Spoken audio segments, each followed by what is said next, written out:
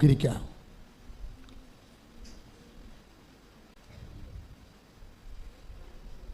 എൻ്റെ പ്രിയപ്പെട്ടവരെ, നമ്മൾ എല്ലാ ദിവസവും ഒത്തിരിയേറെ സാക്ഷ്യങ്ങൾ കേൾക്കുന്നവരാണ്. സാക്ഷ്യങ്ങൾ നമ്മളെ പഠിപ്പിക്കുന്ന ഒരു പ്രാക്ടിക്കൽ ഗോസ്പലുണ്ട്, പ്രായോഗിക സുവിശേഷം. അത് സുവിശേഷമാണ്, അനുഭവ സുവിശേഷം എന്ന് പറയും. ഒരു വ്യക്തിയുടെ അനുഭവ സുവിശേഷം ഭയങ്കര ആൾക്കാരെ നിൽക്കാൻ ഭയങ്കര രസമാണ്. കാര്യം ജനങ്ങളിങ്ങനെ മാറി മാറി വന്ന് എല്ലാ ദിവസവും വ്യത്യസ്തങ്ങളായ ദൈവാനുഭവങ്ങൾ ഇങ്ങനെ പറഞ്ഞുകൊണ്ടിരിക്കും. അതിനേ കാലം മുമ്പത്തേക്കാൾ ജീവിതം സങ്കീർണമായിട്ടുണ്ട്. ശരിക്കും പണ്ട് നമുക്ക് ജീവിച്ച അത്രയും കാര്യങ്ങൾ പോരാ, അതിനേക്കാൾ ഒത്തിരിയേറെ വ്യത്യസ്തമായ ഫീൽഡിലാണ് ജീവിതം മനുഷ്യൻ ജീവിച്ചത് കൂട്ടണത്. അതുകൊണ്ട് തന്നെ പുതിയ സാഹചര്യങ്ങളിലൂടെ മനുഷ്യൻ കടന്നു പോകുമ്പോഴേ അവന് എങ്ങനെയാണ് ഈ വ്യത്യസ്തമായ സാഹചര്യത്തിൽ ദൈവത്തെ അനുഭവേദ്യമാക്കുന്നതെന്ന് ഉടമ്പടി നമുക്ക് പറഞ്ഞു തരും. എനിക്ക് തോന്നുന്നത് ഇന്നത്തെ കാലത്ത് ഏറ്റവും സങ്കീർണമായ ജീവിത സാഹചര്യത്തിൽ ജീവിക്കുന്ന മനുഷ്യർക്ക് ഒരു വിശ്വാസത്തിൻ്റെ നിലവാരം മാറ്റിയിട്ട് ഒരു സ്പെക്കുലേറ്റീവ് എക്സ്പീരിയൻസിൻ്റെ ലെവലിൽ നിന്ന് മാറിയിട്ട് ഒരു ടാഞ്ചിബിൾ എക്സ്പീരിയൻസിലേക്ക് ഉടമ്പടി നമ്മളെ കൊണ്ടുവരുന്നു എന്നുള്ളതാണ് നമ്മൾ അനുഭവങ്ങൾ നമ്മളെ പഠിപ്പിക്കുന്നത്. ഒരു സ്പർശ്യമായ വിശ്വാസത്തിൻ്റെ സ്പർശ്യതലങ്ങൾ മുമ്പത്തേക്കാൾ വ്യക്തമാണ്. ശ്രുതികട ഹല്ലേലൂയ.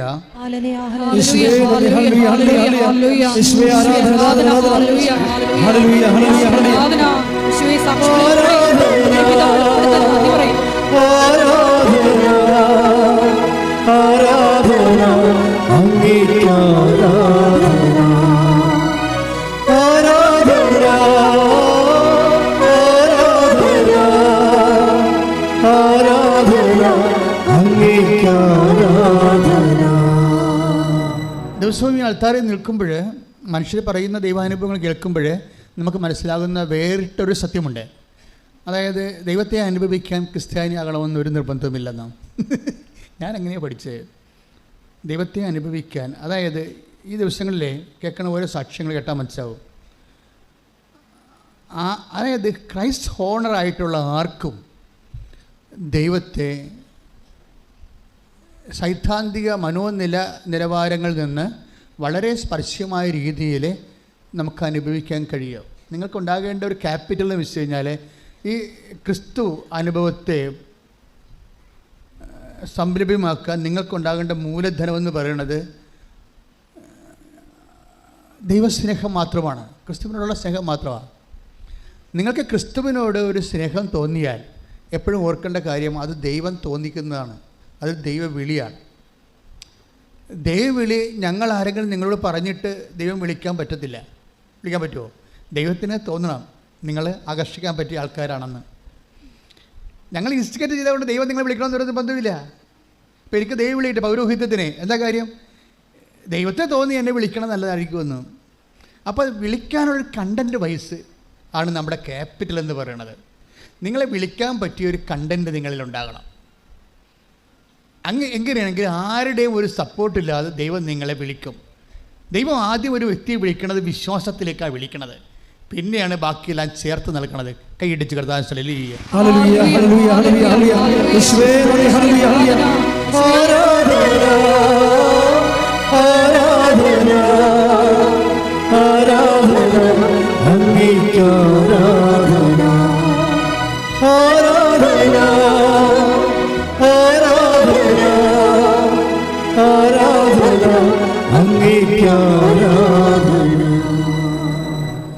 പിന്നെ നമുക്ക് മനസ്സിലായി സാക്ഷ്യങ്ങൾ നമ്മളെ പഠിപ്പിക്കുന്ന അനുഭവ പാഠങ്ങളെക്കുറിച്ചാണ് ഞാൻ ഇപ്പോൾ നിങ്ങളുടെ നിരീക്ഷണത്തിന് വെക്കുന്നത്.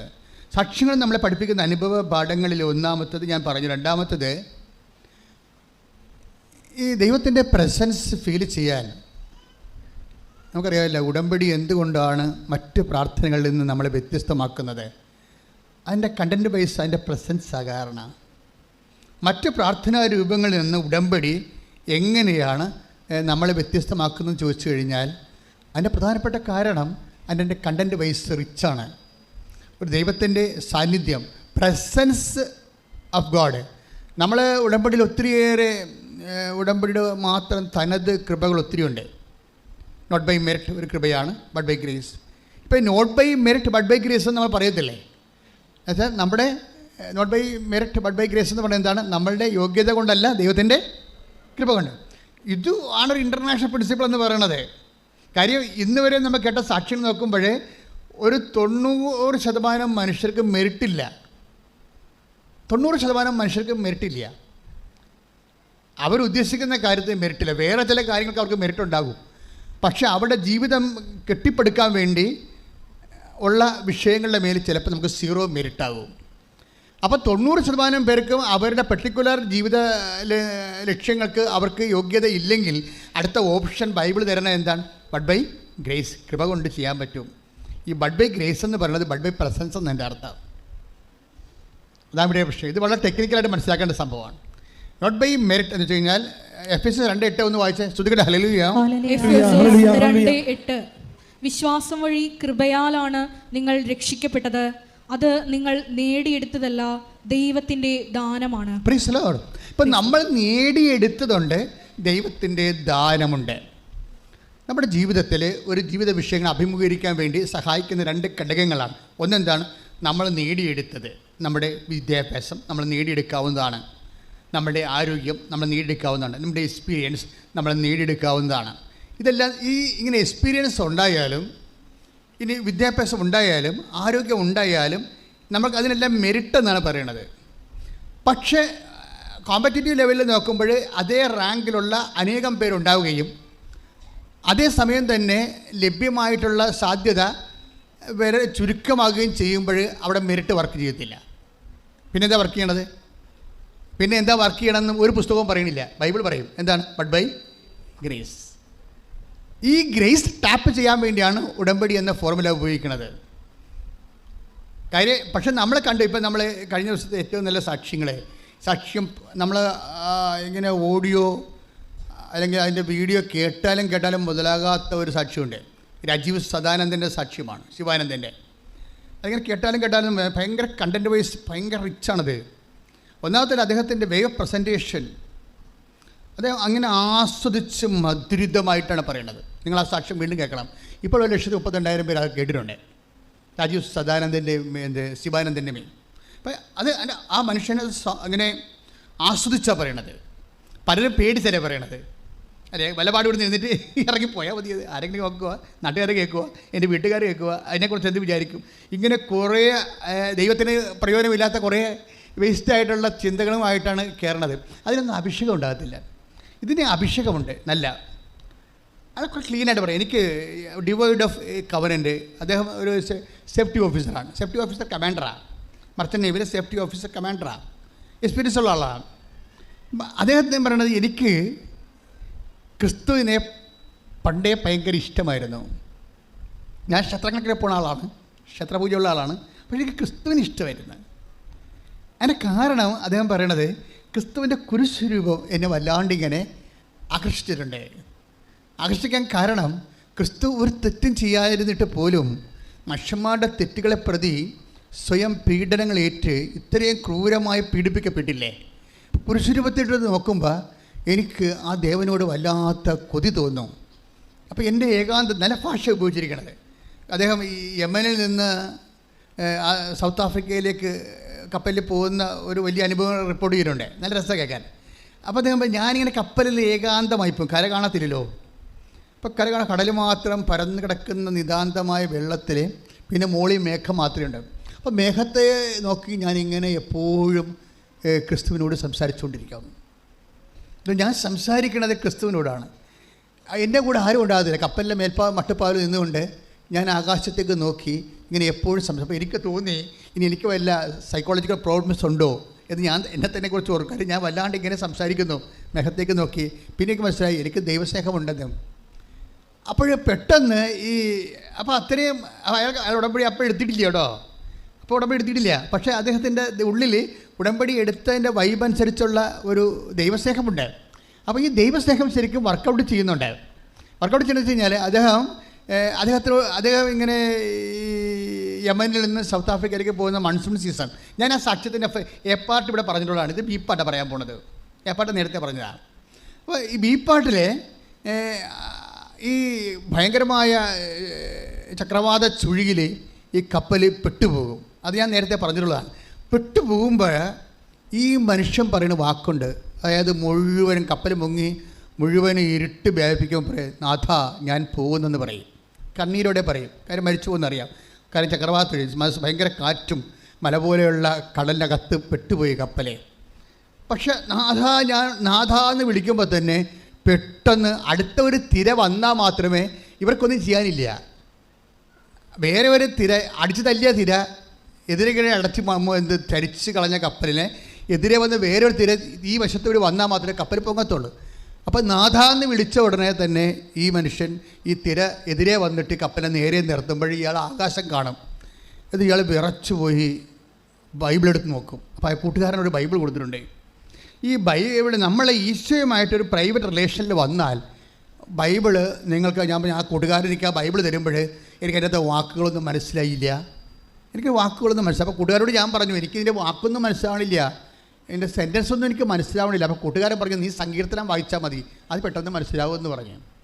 അപ്പം ഞാനിങ്ങനെ ജീവിതം മരണത്തിൽ നിന്നിങ്ങനെ ജീവിതം വലിച്ചൂരി എടുത്ത് ഞാൻ രക്ഷപ്പെട്ടെന്ന് മനസ്സിലായപ്പോൾ ഞാൻ ഉടനെ ക്യാബിലേക്ക് ഓടിപ്പോയിട്ട് ഞാൻ ബൈബിൾ തുറന്നപ്പോഴേ എനിക്ക് കിട്ടിയ വചനം, അതായത് അത്യുന്നതൻ തൻ്റെ കൈകൾ നീട്ടി പെരുവെള്ളത്തിൽ നിന്ന് നിന്നെ രക്ഷിച്ചിരിക്കണമെന്നാണ്. ശ്രുതികട ഹല്ലേലൂയ.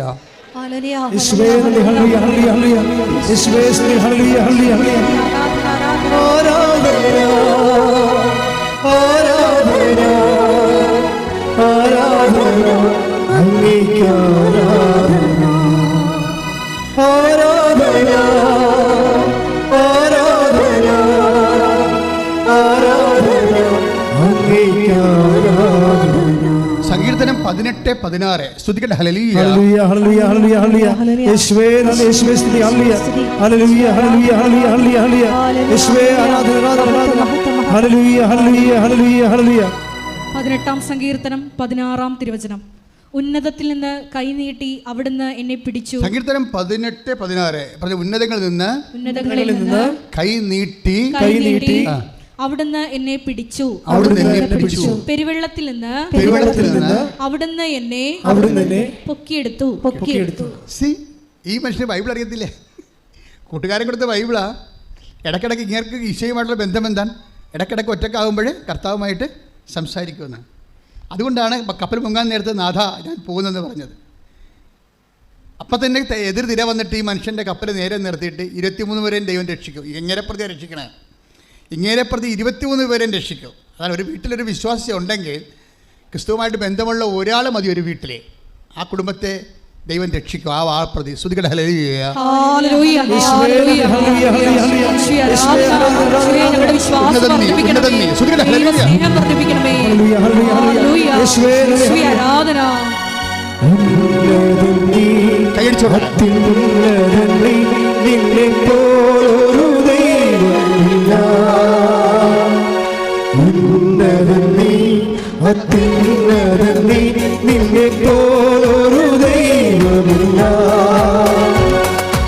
അത്ഭുതവാ അതിശയവാ നീ മാത്രം ദൈവമെന്നും. അത്ഭുതവാ അതിശയവാ നീ മാത്രം ദൈവമെന്നും. ഉന്നതൻ നീ അത്യുന്നതൻ നീ നിന്നെ പോലൊരു ദൈവമില്ല. ഉന്നതൻ നീ അത്യുന്നതൻ നീ നിന്നെ പോലൊരു ദൈവമില്ല. അത്ഭുതവാ അതിശയവാ നീ മാത്രം ദൈവമെന്നും. പരിശുദ്ധ പരമദിവ്യകാരുണ്യത്തിന് ആരാധനയും സ്തുതിയും പുകഴ്ചയും ഉണ്ടായിരിക്കട്ടെ. ഇത് കണ്ടില്ലേ, ഈ സമയത്ത് ഈശോ പ്രൈവറ്റായിട്ട് സ്വകാര്യമായിട്ട് ഈ മനുഷ്യനോട് എന്താണ് സംഭവിച്ചതെന്ന് നേരിട്ട് പറയുകയാണ്. ഈ മനുഷ്യൻ ഉടമ്പടി എടുത്തിട്ടില്ല, പക്ഷേ ഇയാൾക്ക് എന്താ ഉള്ളത്? ദൈവമായിട്ട് നല്ല സ്നേഹബന്ധം ഉണ്ട്. ദൈവമായിട്ട് നല്ല സ്നേഹബന്ധമുണ്ട്. ഈ നല്ല ദൈവസ്നേഹ ബന്ധമുള്ളവരെ പിന്നെ എന്താ ദൈവം അടുത്ത നടപടി എന്ന് വെച്ച് കഴിഞ്ഞാൽ, അവൻ കൂടുതൽ ദൈവത്തിന് നമുക്കറിയാമല്ലോ, ഇത് അളന്നാലും തീരാത്ത. അല്ലെങ്കിൽ നിങ്ങളൊന്ന് ചിന്തിച്ച് നോക്കിയേ, 53 സങ്കീർത്തനങ്ങളുണ്ട്. 153 സങ്കീർത്തനങ്ങളുണ്ട്. അതിന് തന്നെ ഒരു 10ൽ കൂടുതൽ വചനങ്ങൾ അല്ല, 119 സങ്കീർത്തനം 119 വചനങ്ങൾ വരെ ഉണ്ട്. അപ്പോൾ ആയിരക്കണക്കിന് വചനങ്ങളിൽ നിന്ന്, ആ സങ്കീർത്തനങ്ങളിൽ നിന്ന് അപ്പം സംഭവിച്ച കാര്യം, അതാണ് വിഷയം. അപ്പോൾ എന്താണ് സംഭവിച്ചത്? അത് ആ മനുഷ്യനോട് ബൈബിളിലൂടെ കർത്താവ് നേരിട്ട് സംസാരിക്കുകയാണ്. ഇത് അത്ഭുതമാണ്. കാര്യം ഈശോയുമായി ബന്ധപ്പെട്ട എല്ലാം നമ്മളിവിടെ അത്ഭുതങ്ങൾ സംഭവിക്കണമെന്ന് പറയണില്ലേ? അത്ഭുതങ്ങളെന്ന് പറയണത് അങ്ങനെയല്ല, സംഭവിക്കുന്നു എന്ന് പറഞ്ഞാൽ മതി. കാര്യം ക്രിസ്തു ഉണ്ടെങ്കിൽ അത്ഭുതങ്ങൾ ഇങ്ങനെ എല്ലാ ദിവസവും സംഭവിച്ചുകൊണ്ടിരിക്കും, എല്ലാ ദിവസവും. തന്നെയല്ല, ഇനി വിഷമം വെച്ചാൽ ഇപ്പോൾ എൻ്റെയൊക്കെ ലൈഫ് ഞാൻ എപ്പോഴും നോക്കും. എൻ്റെ ലൈഫ് എപ്പോഴും ഞാൻ നോക്കുമ്പോഴേ എനിക്ക് തോന്നിയിരിക്കുന്നത് ക്രമീകരണങ്ങൾ വരും. ക്രമീകരണങ്ങൾ ഗൈഡഡ് ബൈ ദ സ്പിരിറ്റ് എന്ന് പറഞ്ഞുള്ള ഒരു ഫിനോമിനുണ്ട് ബൈ ആധ്യാത്മിക ജീവിതത്തിലെ. വെച്ചാൽ നമുക്കിപ്പോൾ AI എന്നൊക്കെ പറഞ്ഞിപ്പോൾ എന്താണ് ഓട്ടോമാറ്റിക് ലാൻഡിങ് എന്നൊക്കെ പറയത്തില്ലേ, പ്രോഗ്രാംഡ്. ഇപ്പോൾ വിമാനം ഒരു 5 മിനിറ്റ് ലാൻഡ് ചെയ്യണം. 5 മിനിറ്റ് മുമ്പ് തന്നെ അവർ പറയും ഇത് പൈലറ്റ് ഫ്രീ ആയിട്ട് ഓട്ടോമാറ്റിക് ലാൻഡ് ചെയ്യാൻ പോകണമെന്ന് പറയും. എന്ന് വെച്ച് കഴിഞ്ഞാൽ വിമാനം സ്വയം റൺവേയിലേക്ക് ഇറങ്ങും. അത് പ്രോഗ്രാം ചെയ്ത് ആ റൺവേ ഉൾപ്പെടെ, ദൂരം ഉൾപ്പെടെ, ഇറങ്ങേണ്ട സമയം ഉൾപ്പെടെ എല്ലാം AIയിൽ പ്രോഗ്രാം ചെയ്തിരിക്കുക. ഇതുപോലെ തന്നെയാണ് നമ്മുടെ ജീവിതത്തിൻ്റെ പ്രോഗ്രാമിങ് വരും. ഇന്ന സമയത്ത് നമ്മൾ എവിടെ പോകണം, എവിടെ പോകരുത്, എവിടെ പോകണം. അതായത് നമ്മൾ ദൈവത്തിലായിക്കഴിഞ്ഞാൽ പോകേണ്ട സമയവും പോകേണ്ടാത്ത സ്ഥലവും പറയും. അതായത് ദൈവകൃപയിലുള്ളവർ പോകേണ്ടാത്ത സ്ഥലമുണ്ട്. ചിലപ്പോൾ നമ്മൾ നോക്കുമ്പോൾ ഒരു കുഴപ്പമില്ലായിരിക്കും, പക്ഷേ ദൈവത്തിന് അത് ഇഷ്ടം ഉണ്ടാകത്തില്ല. അതാ വിഷയം. കുഴപ്പമില്ലായിരിക്കും. ചിലപ്പോൾ നിൻ്റെ കൂടെ വന്നിരിക്കുന്ന പാർട്ടി ചിലപ്പോൾ ദൈവത്തിന് ഇഷ്ടപ്പെട്ട ആളെന്ന് നിർബന്ധം ലോകാരൂപിയുള്ള ആളായിരിക്കും. അവർക്ക് ദൈവത്തെക്കാൾ വേറെ ഇൻട്രസ്റ്റ് ഉണ്ടാകും. അപ്പോൾ അങ്ങനെയൊരു വ്യക്തിയുമായിട്ട് സഹകരിക്കാൻ ചിലപ്പോൾ ദൈവത്തിന് താല്പര്യമില്ല എന്നുണ്ടെങ്കിൽ ആ ഷോർട്ട് കട്ട് ചെയ്ത്, ഇപ്പോൾ എൻ്റെ എത്രയോ പ്രോഗ്രാം കട്ടാക്കി കളഞ്ഞ് കഴിച്ച് കൈയൊക്കെ കയറി വെറുതെ ആവശ്യമില്ല കൈ കയറി പഴുത്ത് ഒരു കാര്യമില്ല. അപ്പോൾ ആ പ്രോഗ്രാം എല്ലാം കട്ടായി. അപ്പോൾ ഞാൻ പ്രാർത്ഥിച്ച് നോക്കിയപ്പോൾ മനസ്സിലായി ആ പ്രോഗ്രാം ദൈവത്തിൻ്റെ പ്രോഗ്രാമിനില്ല. അത് എന്നെ സമ്മർദ്ദത്തിലാക്കി എന്നെ വിളിച്ചുകൊണ്ട് പോയ ആൾക്കാർ ഉണ്ടാക്കിയ പ്രോഗ്രാമാണത്. കട്ടായിപ്പോയി. നീ പോകേണ്ട വഴി നിൻ്റെ മുഖത്ത് നോക്കി പറയുമെന്ന് പറഞ്ഞ പോലെ തന്നെയാണ് നീ പോകേണ്ടാത്ത വഴിയും പറയും. അപ്പോൾ നമ്മൾ സേഫാണ് ശരിക്കും പറഞ്ഞാൽ. എന്ന് വെച്ചാൽ നമ്മുടെ സമയം ദൈവത്തിൻ്റെതാണെന്നുള്ളൊരു ബോധ്യം നമുക്കുണ്ടാവണം. ഇപ്പം നിങ്ങൾക്ക് വന്നിരിക്കുന്ന കുഴപ്പം, നിങ്ങളുടെ സമയം നിങ്ങൾക്കും നിങ്ങളുടെ മക്കൾക്കും കുടുംബത്തിനും വേണ്ടി മാത്രം ഉള്ളതാണ്. അങ്ങനെ വരുമ്പോൾ അങ്ങനെ ഒരു സ്റ്റഫിനെ കൊണ്ടുനടക്കേണ്ട കാര്യം ദൈവത്തിനില്ല. അതുകൊണ്ട് ബുദ്ധിയുള്ള മനുഷ്യൻ എന്ത് ചെയ്യണം? നിൻ്റെ ദൈവത്തിന് സമർപ്പിക്കുമ്പോൾ സമയം സമർപ്പിക്കണം. അതാണ് സമയം സമർപ്പിച്ചാൽ എല്ലാം സമർപ്പിച്ച്. നാദാ സമർപ്പിക്കണം എന്ന് പറഞ്ഞാൽ പാടുപാടിയുടെ കാര്യമില്ല. ആദ്യം നീ സമർപ്പിക്കേണ്ടത് നിൻ്റെ സമയമാണ്. സമയം ഒരു മനുഷ്യൻ സമർപ്പിച്ചാൽ അത് ടോട്ടൽ സമർപ്പിച്ചതിന് തുല്യമാണ്. പ്രാർത്ഥിക്കുക, കർത്താവായ ദൈവമേ, എൻ്റെ ജീവിത സമയം നിനക്ക് സമർപ്പിച്ചുകൊണ്ട് സമ്പൂർണ്ണ സമർപ്പണത്തിലേക്ക് എന്നെ വിളിക്കുകയും ഏറ്റെടുക്കുകയും ചെയ്യണമേ.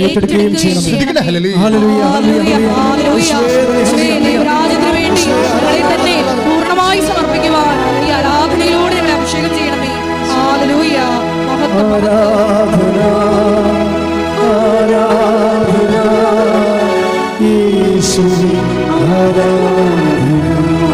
സ്വരത്തിൽ പാടുക.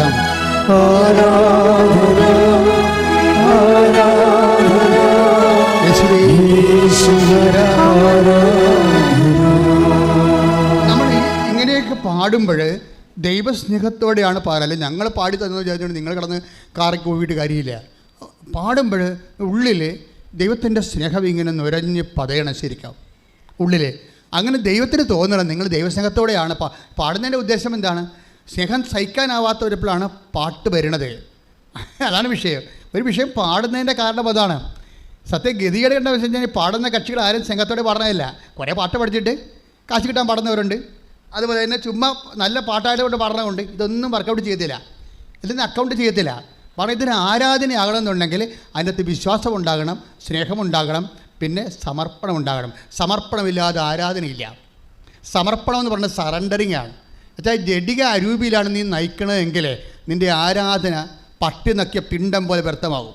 ഒരു പിണ്ടത്തെ പട്ടി നക്കിയാൽ അവർക്ക് ഹൈന്ദവ സ്വരങ്ങൾക്കറിയാം അതിൻ്റെ മ്ലേച്ഛത എന്താണെന്ന് അല്ലേ. അവർ സമ്മതിക്കത്തില്ല.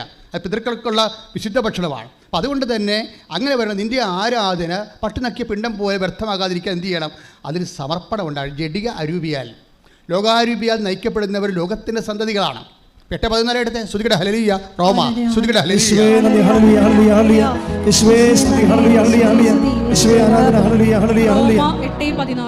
റോമ 8:14. ദൈവാത്മാവിനാൽ നയിക്കപ്പെടുന്നവരെല്ലാം ദൈവത്തിന്റെ പുത്രന്മാരാണ്. ആരാണ് ദൈവത്തിന്റെ പുത്രന്മാര്? അപ്പൊ അതിന്റെ ഓപ്പോസിറ്റ് സംഭവമുണ്ട്. ഷാഡോ വേർഡിന്റെ ഓപ്പോസിറ്റ് എന്താണ്? ലോകാത്മാവിനാൽ നയിക്കപ്പെടുന്നവരുണ്ട് എന്നതിൻ്റെ അർത്ഥം. ദൈവാത്മാവിനാൽ നയിക്കപ്പെടുന്നവരെന്ന് പ്രത്യേകം നോട്ട് ചെയ്യുമ്പോൾ വചനം ഇരുട്ടിൽ നിർത്തിക്കൊണ്ട് ചൂണ്ടിക്കാണിക്കുന്ന സംഭവമുണ്ട്. എന്താണ്? ലോകാത്മാവിനാൽ നയിക്കപ്പെടുന്നവരുണ്ട്. അവരാരാണ്? അവർ ലോകത്തിൻ്റെ സന്തതികളാണ്. അത് പറഞ്ഞ് ജഡാത്മാവിനാൽ നയിക്കപ്പെടുന്നവരെ ജഡത്തിന്റെ സന്തതികളാണ്. അതാണ് എന്താ പ്രശ്നം വെച്ച് കഴിഞ്ഞാൽ, ഈ ജഡാത്മാവിന് നിങ്ങൾക്ക് ആധ്യാത്മിക ജീവിതം വളരെ സുതാര്യമായിട്ട് ലളിതമായിട്ട് കൊണ്ടുപോകാൻ ഉദ്ദേശിക്കുന്നുണ്ടെങ്കിൽ നിങ്ങൾ ആദ്യം ടാർഗറ്റ് ചെയ്യേണ്ടത് ജഡാത്മാവിനെയാണ്. നിങ്ങൾ നയിക്കുന്നത്, ഒരാൾ നയിക്കപ്പെടുക. ഇപ്പം എന്താ റോമ 8:14 എന്താ പറയണത്? ദൈവാത്മാവിനാൽ പറഞ്ഞേ, ദൈവാത്മാവിനാൽ നയിക്കപ്പെടുന്നവരെ ദൈവത്തിന്റെ മക്കളാണ്. പിന്നെ ഓപ്പോസിറ്റ് എന്താണ്? ജഡാത്മാവിനാൽ വെച്ചാൽ നമ്മുടെ സുഖം, നമ്മുടെ താല്പര്യം, നമ്മുടെ സൗകര്യം, നമ്മുടെ അമ്യൂസ്മെൻറ്റ്, നമ്മുടെ സന്തോഷം മാത്രം അനുസരിച്ച് ജീവിക്കുന്നവരുണ്ട്. മൃഗങ്ങൾ അങ്ങനെയാണ്. എല്ലാ മൃഗങ്ങളും അങ്ങനെയല്ലേ? മൃഗങ്ങൾക്ക് പ്രത്യേകിച്ചൊരു ജീവിതം എസ്തറ്റിക് ലൈഫ് ഇല്ലല്ലോ. എസ്തറ്റിക് ലൈഫില്ല, സ്പിരിച്വൽ ലൈഫില്ല. ഉള്ളതെല്ലാം ഭക്ഷണം കഴിക്കണം, ഇര തേടണം, ഇണ ചേരണം. പല മനുഷ്യരുടെ ഉള്ളിൽ ഇതേ ഉള്ളൂ, ഇര തേടുക, ഇണ ചേരുക. അപ്പോൾ എന്താ വെച്ചാൽ ഇപ്പോൾ അത് ആ സംവിധാനം ഇല്ലാത്തവർക്കാണെങ്കിൽ അമ്യൂസ്മെൻറ്റ് ഉണ്ടാക്കുക, സന്തോഷം ഉണ്ടാക്കുക, അല്ലെങ്കിൽ വാട്സപ്പ് നോക്കിക്കൊണ്ടിരിക്കുക, അല്ലെങ്കിൽ കോമഡിയും കേട്ട് എളിച്ചുകൊണ്ടിരിക്കുക, അല്ലെങ്കിൽ ഇതുപോലെ തന്നെ അവരുടെ സ്വന്തം കാര്യങ്ങൾക്ക് ബന്ധുക്കളെ വീട്ടിൽ പോവുക, അവിടെ ഒരു അടിയന്തരം നടത്തുക, അവിടെ കേക്ക് മുറിക്കുക, ഇപ്പുറത്ത് വന്നിട്ട് അപ്പം കഴിക്കുക, അപ്പുറത്ത് പോയി കല്യാണം കൂടുക, ഇങ്ങനെ ഇണ ചേരുക, ഇര തേടുക എന്നുള്ള ജഡിക ജീവിതമുണ്ട്. ഈ ജഡിക ജീവിതം മാത്രമാണ് നിങ്ങളുടെ ലക്ഷ്യമെങ്കിൽ ഓർക്കുക, ഏറ്റവും വലിയ പത്തറ്റിക് കണ്ടീഷൻ ഒരു മനുഷ്യൻ വരണം എന്താ നിങ്ങൾക്ക് അറിയാവോ? അതായത് ജഡിക ജീവിതത്തിൻ്റെ താല്പര്യങ്ങൾക്കും സൗകര്യങ്ങൾക്കും വേണ്ടി മാത്രം ദൈവത്തെ ആശ്രയിക്കുന്ന ആൾക്കാരുണ്ട്. നിങ്ങളുടെ പല ഉടമ്പടികളും നോക്കുമ്പോൾ ആ ദൈവത്തെ, ആ ഉടമ്പടിയുടെ ഫയൽ എടുക്കണം, ദൈവം എടുക്കുകയാണെങ്കിൽ ദൈവത്തിന് അറിയാം. അത് സ്കാൻ ചെയ്ത് നോക്കുമ്പോൾ അറിയാം ഇതെല്ലാം ജഡജീവിതത്തിലുള്ളതാണ്, ജഡിക ജീവിതത്തിന് വേണ്ടിയുള്ളതാണ്. ജഡിക ജീവിതത്തിന് വേണ്ടി മാത്രമാണ് ഈ. അതുകൊണ്ടാണ് 1 കൊരിന്ത്യസ് 15:19 എടുത്ത ശ്രുതികട ഹല്ലേലൂയ. 1 കൊരിന്ത്യസ് 15:19 ഈ ജീവിതത്തിന് വേണ്ടി മാത്രം പറഞ്ഞ, ഈ ജീവിതത്തിന് വേണ്ടി മാത്രം, ഈ ജീവിതത്തിന് വേണ്ടി മാത്രം ക്രിസ്തുവിൽ പ്രത്യാശ വച്ചിട്ടുള്ളവരാണെങ്കിൽ, ക്രിസ്തുവിൽ പ്രത്യാശ വച്ചിട്ടുള്ളവരാണെങ്കിൽ നമ്മൾ എല്ലാ മനുഷ്യരെയും നിർഭാഗ്യരാണ്. സത്യം പറഞ്ഞാൽ 90% ആൾക്കാർ നിർഭാഗ്യരാണ്. എന്താ കാര്യം? അവർ ഈ ക്രിസ്തുവിന് പോലും പ്രത്യാശ വച്ചിരിക്കുന്നത് ഈ ജീവിതത്തിന് വേണ്ടി മാത്രമാണ്. ബൈബിളിൽ എപ്പോഴും നോക്കുമ്പോൾ ബൈബിള് എപ്പോഴും ഷാഡോ വേർഡിലേ ഇത് വർക്കൗട്ട് ചെയ്യത്തുള്ളൂ. നേരെ പറയാനുള്ള കാര്യം, അതായത് വായിച്ചെടുക്കേണ്ട കാര്യം, നേരെ പറയുന്നൊരു കാര്യമുണ്ട്, വായിച്ചെടുക്കേണ്ട കാര്യമുണ്ട്. അത് നിഗൂഢ ഒക്കൾട്ട് വേർഡ് എന്ന് പറയും. എല്ലാത്തിനും ഒക്കൾട്ട് വേർഡുകളുണ്ടാവും, ഗൂഢവചനങ്ങൾ. ഇപ്പം ഈ ജീവിതത്തിന് വേണ്ടി മാത്രമാണ് പറഞ്ഞേ, ഈ ജീവിതത്തിന് വേണ്ടി മാത്രമാണ് നിങ്ങൾ യേശുക്രിസ്തുവിൽ പ്രത്യാശ അർപ്പിച്ചെങ്കിൽ എല്ലാ മനുഷ്യരെക്കാൾ നിങ്ങൾ ഹതഭാഗ്യരാണ്. അപ്പൊ എല്ലാ മനുഷ്യരെക്കാൾ ഹതഭാഗ്യരായ ഒരു വ്യക്തിക്ക് വേണ്ടി ദൈവം എന്തിനാണ് വിരലനക്കണത്? അതിൻ്റെ ആവശ്യമില്ല. നിങ്ങളുടെ ഉടമ്പടി താമസിക്കാൻ കാരണം അതാണ്. നിങ്ങളെ കൊണ്ട് ദൈവത്തിന് യാതൊരു പ്രയോജനമില്ല, ഈ ജീവിതത്തിലില്ല, വരാൻ പോകുന്ന ജീവിതത്തിലുമില്ല. അവർക്ക് എപ്പോഴും ഓർക്കണം, ദൈവബന്ധം എപ്പോഴും ചിന്തിക്കേണ്ട കാര്യം, ക്രിസ്തുവിലാണ് നിങ്ങളെ പ്രത്യാശ വെക്കുന്നുണ്ടെങ്കിൽ ഈ ജീവിതത്തിന് വേണ്ടി മാത്രമല്ല, പിന്നെന്താണ്? വരാൻ പോകുന്ന നിത്യതയ്ക്ക് വേണ്ടി നിങ്ങൾ പ്രാധാന്യം കൊടുക്കാതെ, നിത്യജീവന് വേണ്ടി നിങ്ങൾ സ്വരുക്കൂട്ടാതെ ഈ ജഡികമായ ലക്ഷ്യങ്ങൾക്ക് വേണ്ടി ക്രിസ്തുവിനെ ഉപയോഗിക്കാൻ പോയാൽ ഉടമ്പടി ലാഗാകാൻ സാധ്യതയുണ്ട്. കാരണം ക്രിസ്തുവിനെ ലോകത്തിന് നൽകിയത് എന്തിനു വേണ്ടിയാണ്? ഈ ജീവിതത്തിന് വേണ്ടി മാത്രമല്ല. ഓർക്കുക, അപ്പോൾ എത്രയും വേഗം നിങ്ങൾക്ക് നിങ്ങളുടെ വിഷയത്തിന് മേൽ ദൈവികമായ വിജയം കൈവരിക്കാൻ നിങ്ങളെ സഹായിക്കുന്ന ഏറ്റവും വലിയ സൂത്രവാക്യം, ഏറ്റവും വലിയ സമീപന സുവിശേഷ രീതി എന്തെന്ന് പറയുന്നത് എന്താണ്? ഈ ജീവിതത്തിന് വേണ്ടി നിങ്ങൾ ക്രിസ്തുവിലേക്ക് കൈ കൊടുത്തു കഴിഞ്ഞാൽ അന്ന് മുതൽ നിങ്ങൾ എന്തിനെക്കുറിച്ച് ചിന്തിക്കണം? വരാൻ പോകുന്ന നിത്യതയെക്കുറിച്ച് ചിന്തിക്കണം. കൈയടി കർത്താവ്.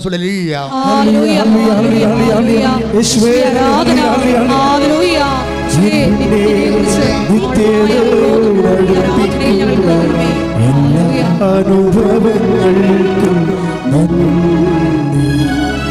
എന്നെ നല്ല ശിഷ്യനാക്കിയിടുന്ന എല്ലാ കുരിശുകൾക്കും നന്ദി.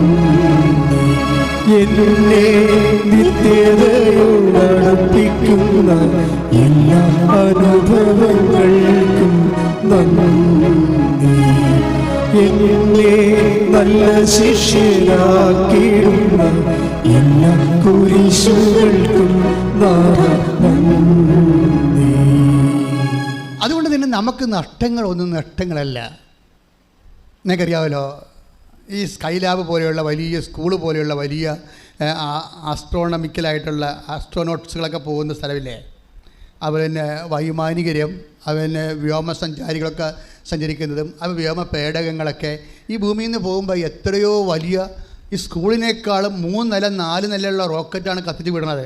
പക്ഷെ ചൊവ്വയിലൊക്കെ ചെന്ന് ഇറങ്ങുമ്പോൾ എന്തുമാത്രം ഉണ്ടാവും? അത് പാരച്യൂട്ടിൽ ഒരു ക്യാമറ മാത്രമേ ഇറങ്ങണം, അവിടെ വേറെ ഒന്നും ഇറങ്ങണില്ല. ബാക്കിയെല്ലാം കത്തി അടന്നടന്ന് പോകും. നിങ്ങളുടെ വഴികളിൽ കത്തി അടന്നടന്ന് പോകുമ്പോൾ നിങ്ങൾക്ക് ഓർക്കുക, ലാൻഡിങ്ങിന് ആവശ്യമില്ലാത്ത സാധനങ്ങളിൽ പോണത്. ചിലപ്പോൾ ഭർത്താവ് മരിച്ചു പോയെന്ന് വരും, ചിലപ്പോൾ ഭാര്യ മരിച്ചു പോയെന്ന് വരും, ചിലപ്പോൾ മക്കൾ മരിച്ചു പോയെന്ന് വരും, ചിലപ്പോൾ കൂട്ട് വിട്ടുപോയെന്ന് വരും. ഇതിങ്ങനെ കുറേ പോകേണ്ടതെല്ലാം പോകും. കാര്യം വന്നു ചേർന്നതെല്ലാം പോകേണ്ടതാണ്, വന്നു ചേർന്നതെല്ലാം പോകേണ്ടതാണ്. നിലനിൽക്കുന്ന ദൈവം മാത്രം. ശ്രദ്ധിക്കട്ടെ. ഹല്ലേലൂയ.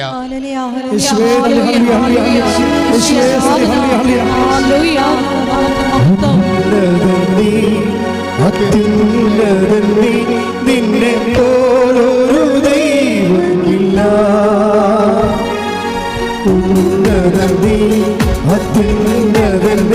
നിന്നെ പോലൊരു ദൈവമില്ല.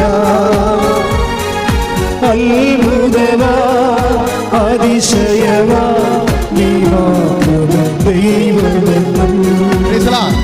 അയ്യോ ഭാവികൾ ഇവിടെ ഇരുന്നുണ്ട്. അയ്യോ അച്ഛൻ പറഞ്ഞല്ല ഭാര്യ മരിച്ചു പോകും, ദൈവമേ എന്ന് പറഞ്ഞ് 4 കളെ വേണ്ടി ഇവിടുന്ന് ഓടിക്കളയരുത് കേട്ടോ. ഞാൻ പറഞ്ഞതിൻ്റെ അർത്ഥം എനിക്ക് മനസ്സിലായില്ലേ? ദൈവത്തിന് തോന്നണം എല്ലാത്തിനേക്കാൾ ഉപരി നിങ്ങൾ ദൈവത്തിനെയാണ് സ്നേഹിക്കണം എന്നുണ്ട്. നിങ്ങൾ വേറെ ജോലി നഷ്ടപ്പെട്ടേ എന്ന് പറഞ്ഞ് ഉടനെ കാറിക്കൂവി 2 ദിവസം ഭക്ഷണം കഴിച്ചില്ല, 3-ാമത്തെ ദിവസം കട്ടിലേക്ക് വന്ന് കിടന്നെന്ന് പറഞ്ഞിട്ട് അപ്പോൾ തന്നെ ദൈവം നിങ്ങൾ അസസ് ചെയ്തില്ലേ? നീ ഒരു ജഡപ്പണ്ടാരമാണെന്നുള്ള അസസ് ചെയ്തില്ലേ? പിന്നെ ദൈവം നിനക്ക് വേണ്ടി എന്തിനാണ് മുതൽ മുടക്കണത്? ഇതാണ് പ്രശ്നം. ഇപ്പം നിൻ്റെ ഒരു പ്രേമം പോയെന്ന് വിചാരിച്ചോ, അല്ലെങ്കിൽ നിൻ്റെ കല്യാണം വന്ന് പോയി. കഴിഞ്ഞ ദിവസങ്ങളിൽ ഇവിടെ ഒരു സ്ത്രീ വന്നിട്ടുണ്ടായിരുന്നു, അവളുടെ കല്യാണം ഒത്തത് പിന്നെ പോയെന്ന്. ഞാൻ പറഞ്ഞു പോകാനുള്ളതൊക്കെ പോകും, നീ പോയി പണി നോക്കിയെന്ന് പറഞ്ഞു. ദൈവത്തിന് ഇഷ്ടമില്ലാത്തതൊക്കെ, നീ പ്രാർത്ഥനയിലുള്ള വ്യക്തിയല്ലേ, നീ ഉടമ്പടിയിലുള്ള വ്യക്തിയല്ലേ, അപ്പോൾ നിനക്ക് അഹിതമായ ദൈവത്തിന് അഹിതമായ സാധനങ്ങളൊക്കെ പോകും. നീ എന്തിനാണ് അവളോട് ചാച്ചാനും ചീച്ചാനും പോയത്? അതിലെ പ്രശ്നമായി പോയത്. ചുമ്മാ ഒരു ചെറുക്കനെ കണ്ടു അല്ലെങ്കിൽ പെണ്ണിനെ കണ്ട് കെട്ടാൻ ഇഷ്ടപ്പെട്ടെന്ന് പറഞ്ഞിട്ട് പിന്നെ ഉടനെ മൊബൈലും മേടിച്ച് ചാറ്റും ചീറ്റും തുടങ്ങി കഴിഞ്ഞാൽ അവസ്ഥ എന്താ? അപ്പോൾ എനിക്ക് ഉടമ്പടിയും ഇല്ല, ദൈവവും ഇല്ല, മാതാവും ഇല്ല, ജീവിതമില്ല. അപ്പോൾ അവൻ മാത്രമേ ഉള്ളൂ, അല്ലെങ്കിൽ അവൾ മാത്രമേ ഉള്ളൂ. ഈ സാധനമൊക്കെ എടുത്ത് കളയും, എടുത്ത് മാറ്റപ്പെടും. അതായത് ദൈവത്തിനേക്കാൾ പ്രാധാന്യം നിൻ്റെ ജീവിതത്തിൻ്റെ ആധ്യാത്മികതയും നിത്യജീവിതം അപകടപ്പെടുത്തുന്ന സാഹചര്യങ്ങൾ എല്ലാം അന്തിക്രിസ്തുവാണ്. അന്തിക്രിസ്തു നമ്മൾ കേട്ടിട്ടുണ്ട്. അന്തിക്രിസ്തു ഇപ്പം തന്നെ ലോകത്തിലുണ്ടെന്ന് പറയുന്നു. അതെന്താ ലോകത്തിലുണ്ടെന്നാണ് പറയണത്? അച്ഛാ, ആരിലാണ് ലോകാരൂപി ഉള്ളത്? അവൻ അന്തിക്രിസ്തു ഉണ്ട്.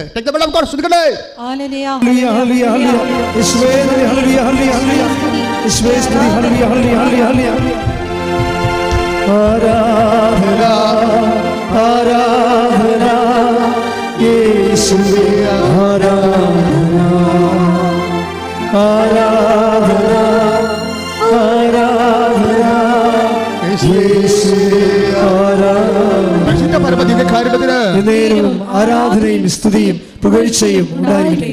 1 യോഹന്നാൻ 4:3. യേശുവിനെ ഏറ്റുപറയാത്ത ആത്മാവ് ദൈവത്തിൽ നിന്നല്ല. അവൻ പറഞ്ഞ യേശുവിനെ ഏറ്റുപറയാത്ത ആത്മാവ് ദൈവത്തിൽ നിന്നല്ല.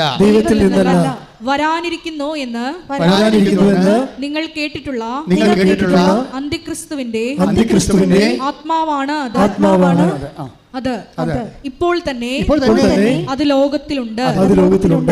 അത് ലോകത്തിലുണ്ട് എന്ന് വെച്ച് കഴിഞ്ഞാൽ ഒരു വ്യക്തി ലോകാരൂപിയിലാണ് നയിക്കപ്പെടുന്നത് എങ്കിൽ അയാളിൽ അന്തിക്രിസ്തു ഉണ്ട്, ക്രിസ്തുവിനെതിരായിട്ടുള്ള ശക്തി ഉണ്ടെന്ന് അർത്ഥം. ഇവിടെ പ്രോബ്ലം വരണത്, ഒരു വ്യക്തി ലോകാരൂപിയിലാണ് നയിക്കപ്പെടുന്നത് എങ്കിൽ ആ വ്യക്തിയിൽ അന്തിക്രിസ്തു ഉണ്ട്. എന്നുവെച്ചാൽ ക്രിസ്തുവിനെതിരായ ശക്തിയുണ്ട്. ക്രിസ്തുവിനെതിരായ ശക്തി നീ തന്നെ ചോദിച്ചുകൊണ്ട് നടക്കുമ്പോഴേ ക്രിസ്തു നിന്നിൽ വസിക്കുന്നില്ല. മനസ്സിലായില്ലേ?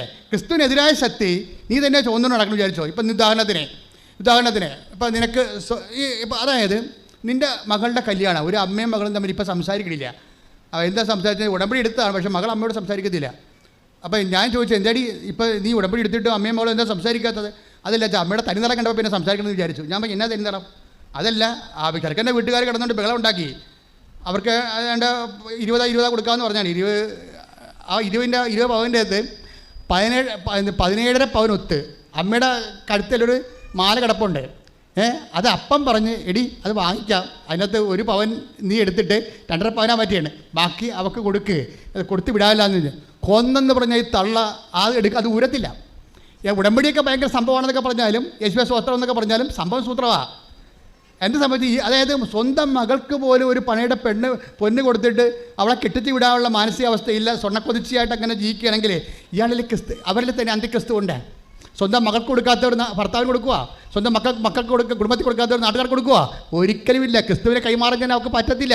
ക്രിസ്തു കൈമാറ്റം എന്ന് പറയുന്നത് നമ്മൾ നഷ്ടം തയ്ച്ച് തേങ്ങ സഹിച്ച ഒരു ക്രിസ്തു നാമത്തിൽ കൊടുക്കുമ്പോൾ ദൈവസ്നേഹത്തിൻ്റെ അരൂപിയാണ് അവിടുത്തെ പ്രശ്നം. അപ്പോൾ ദൈവസ്നേഹത്തെക്കാൾ ഉപരി സ്വർണ്ണത്തെ അവർ സ്നേഹിക്കുന്നു, അതാണ് പ്രശ്നം. ലോകത്തിലായിരിക്കുമ്പോൾ ഇപ്പോൾ തന്നെ ലോകത്തിൽ അവരുണ്ട്. ആ ലോകത്തിൽ ആരെല്ലാം ക്രിസ്തുവിനേക്കാൾ ഉപരി ദ്രവ്യത്തെ സ്നേഹിച്ചോ അതിന് വിഗ്രഹാരാധന എന്ന് പറയും. അല്ല മറ്റുള്ളവർ പറയുമ്പോൾ വിഗ്രഹം ഉണ്ടാക്കി വെച്ച് ആരാധിക്കണമല്ല. വിഗ്രഹ ആരാധന എന്ന് പറയുന്നത് ദൈവത്തിനേക്കാൾ ഉപരി വേറെ വ്യക്തികളോ വസ്തുക്കളോ വിഷയങ്ങളെയോ ഇനി ജോലിയെ പോലും സ്നേഹിച്ചു പോയാൽ അതൊരു അന്തിക്രിസ്തുവായിട്ട് മാറും.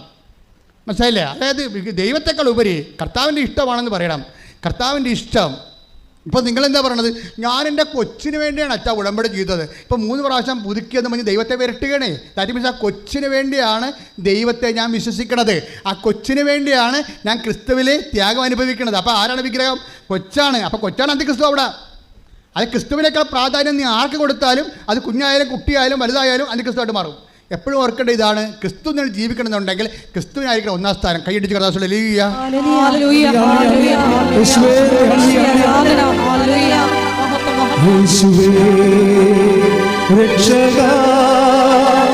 കർത്താവേ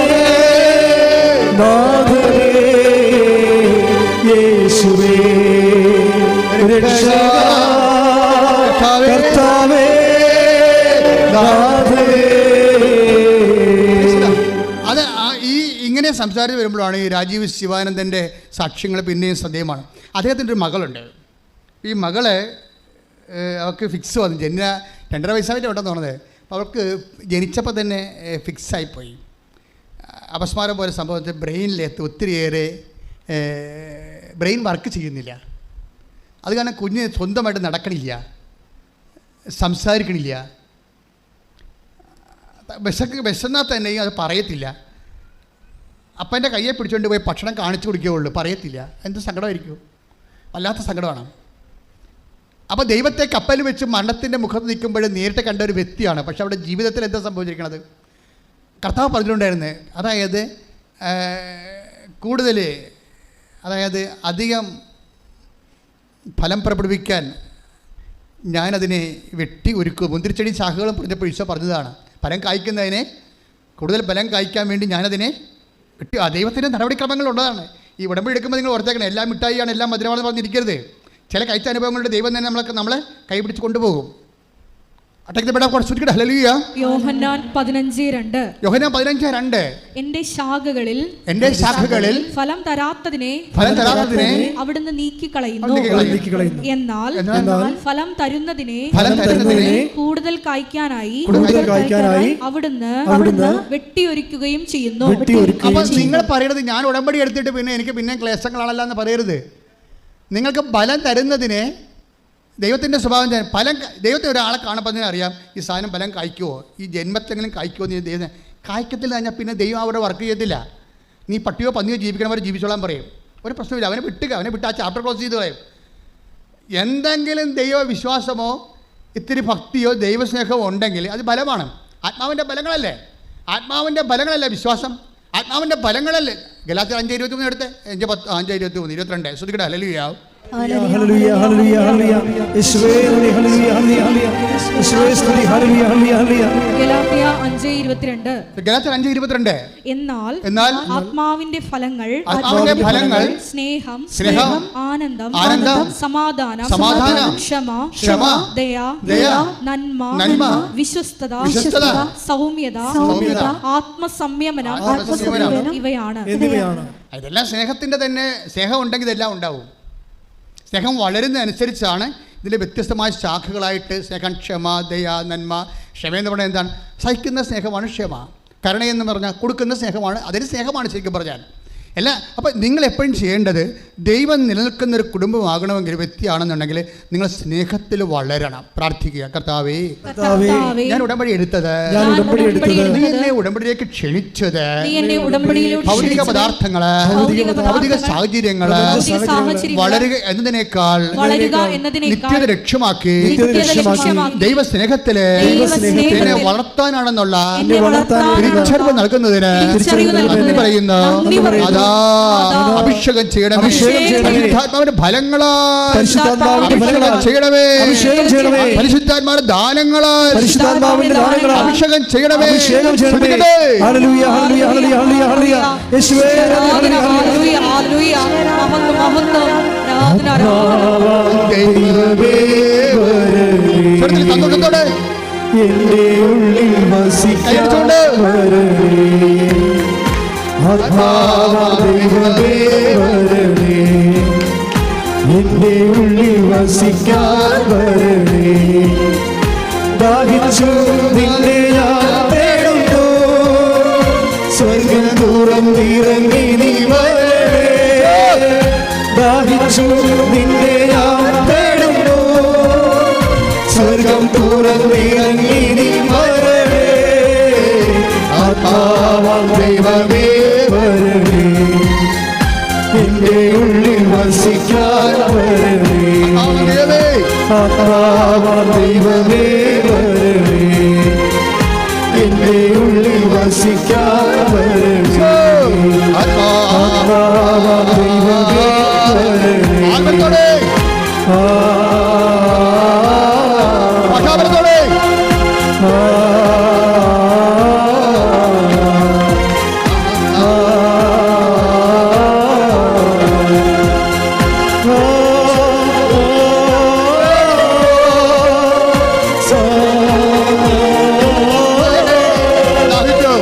ദാഹിച്ചു നിന്നെ ഞാൻ തേടുന്നു, സ്വർഗ്ഗം തുറന്നിറങ്ങി നീ വരണേ. ദാഹിച്ചു നിന്നെ ഞാൻ തേടുന്നു, സ്വർഗ്ഗം തുറന്നിറങ്ങി നീ വരണേ. ആത്മാവാം ദൈവമേ വരണേ, എന്റെ ഉള്ളിൽ വസിക്കാൻ വരണേ. ഹല്ലേലൂയ, ഹല്ലേലൂയ, ഹല്ലേലൂയ.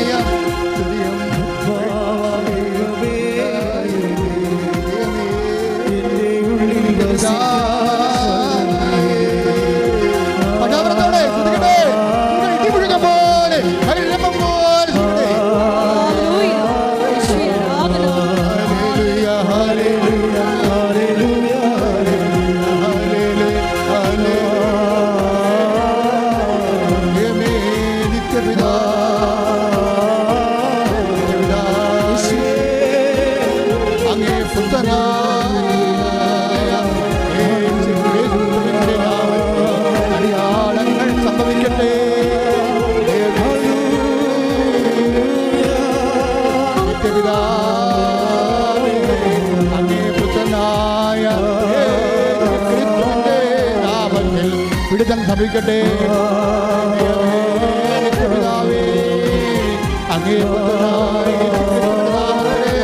വിടുതൽ സംഭവിക്കട്ടെ, വിടുതൽ സംഭവിക്കട്ടെ, വിടുതൽ സംഭവിക്കട്ടെ. ആരുടെ രോഗങ്ങള്, വേദികള്, ക്രിസ്തുവിന്റെ നാമത്തിൽ മാറിപ്പോകട്ടെ.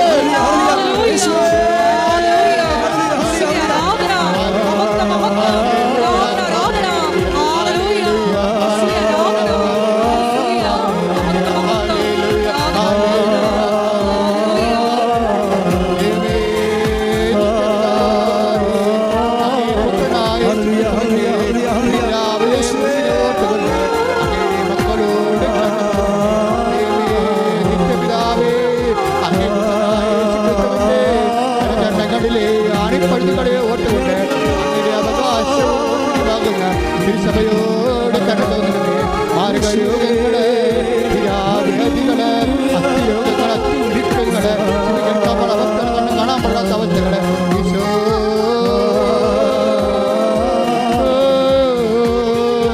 കഥാപുരത്തോടെ പോലെ ശ്രദ്ധിക്കട്ടെ, പെരുവെള്ളം പോലെ ശ്രദ്ധിക്കട്ടെ.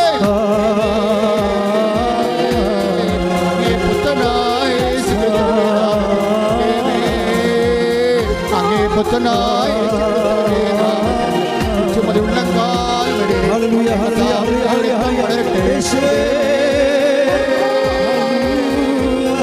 കരചരണങ്ങളെ പഴുതുകളെ ആരാധിക്കുന്നു. അങ്ങയുടെ പാടുകളെ ആരാധിക്കുന്നു. സത്യങ്ങൾ കർത്താവേ, അപമാനത്തിന്റെ വേഷം ധരിച്ചുകൊണ്ട് ഞങ്ങൾക്ക് വേണ്ടി കർത്താവേ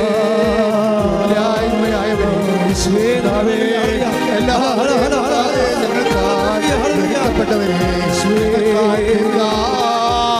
മുറിവേറ്റവരെ ഞങ്ങൾക്കായി മൃത്യുവിടെ കൂടിയവരെ ഞങ്ങൾക്കായി തിരുവിലാവിൽ ഞങ്ങൾക്കായി ചമ്മട്ടടിയേറ്റവരെ കർത്താവിനത്തം പടരട്ടെ, കർത്താവിനത്തം പെയ്യട്ടെ, കർത്താവിനത്തം പെയ്യട്ടെ. ദേവേ ദേവേ ദേവിതാവേ നിത്യപിതാവേ അങ്ങേ പുത്രനായ യേശുക്രിസ്തുവിന്റെ നാമത്തിൽ വിശുദ്ധരക്തം പടരട്ടെ, വിശുദ്ധരക്തം പടരട്ടെ. മാരകരോഗങ്ങള്, മാരകരോഗങ്ങള്, നിരാധേയങ്ങള്, ജീവിത ദുരിതങ്ങള് യേശുക്രിസ്തുവിന്റെ നാമത്തിൽ അവിടുത്തെ അമ്മയായ പരിശുദ്ധ നാമത്തിൽ കർത്താവേ നടന്നിട്ടുള്ള ആരാധനയുടെ ശക്തിയാൽ യേശുക്രിസ്തുവിന്റെ ഉന്നതമായ നാമത്തിന് നിരാവേദികള്, ജീവിത ദുരിതങ്ങള്, ജീവിത തടസ്സങ്ങള് യേശുവിന്റെ നാമത്തിൽ മാറിപ്പോകട്ടെ, യേശുവിന്റെ നാമത്തിൽ മാറിപ്പോകട്ടെ, യേശുവിന്റെ നാമത്തിൽ മാറിപ്പോകട്ടെ, യേശുവിന്റെ നാമത്തിൽ മാറിപ്പോകട്ടെ, യേശുവിന്റെ നാമത്തിൽ മാറിപ്പോകട്ടെ, യേശുവിന്റെ നാമത്തിൽ സൗഖ്യമാകട്ടെ, യേശുവിന്റെ നാമത്തിൽ സൗഖ്യമാകട്ടെ, യേശുവിന്റെ നാമത്തിൽ സൗഖ്യമാകട്ടെ. ദൈവമേ ദൈവമേ ദൈവമേ ദൈവമേ നിത്യപിതാവേ നിത്യപിതാവേ നിത്യപിതാവേ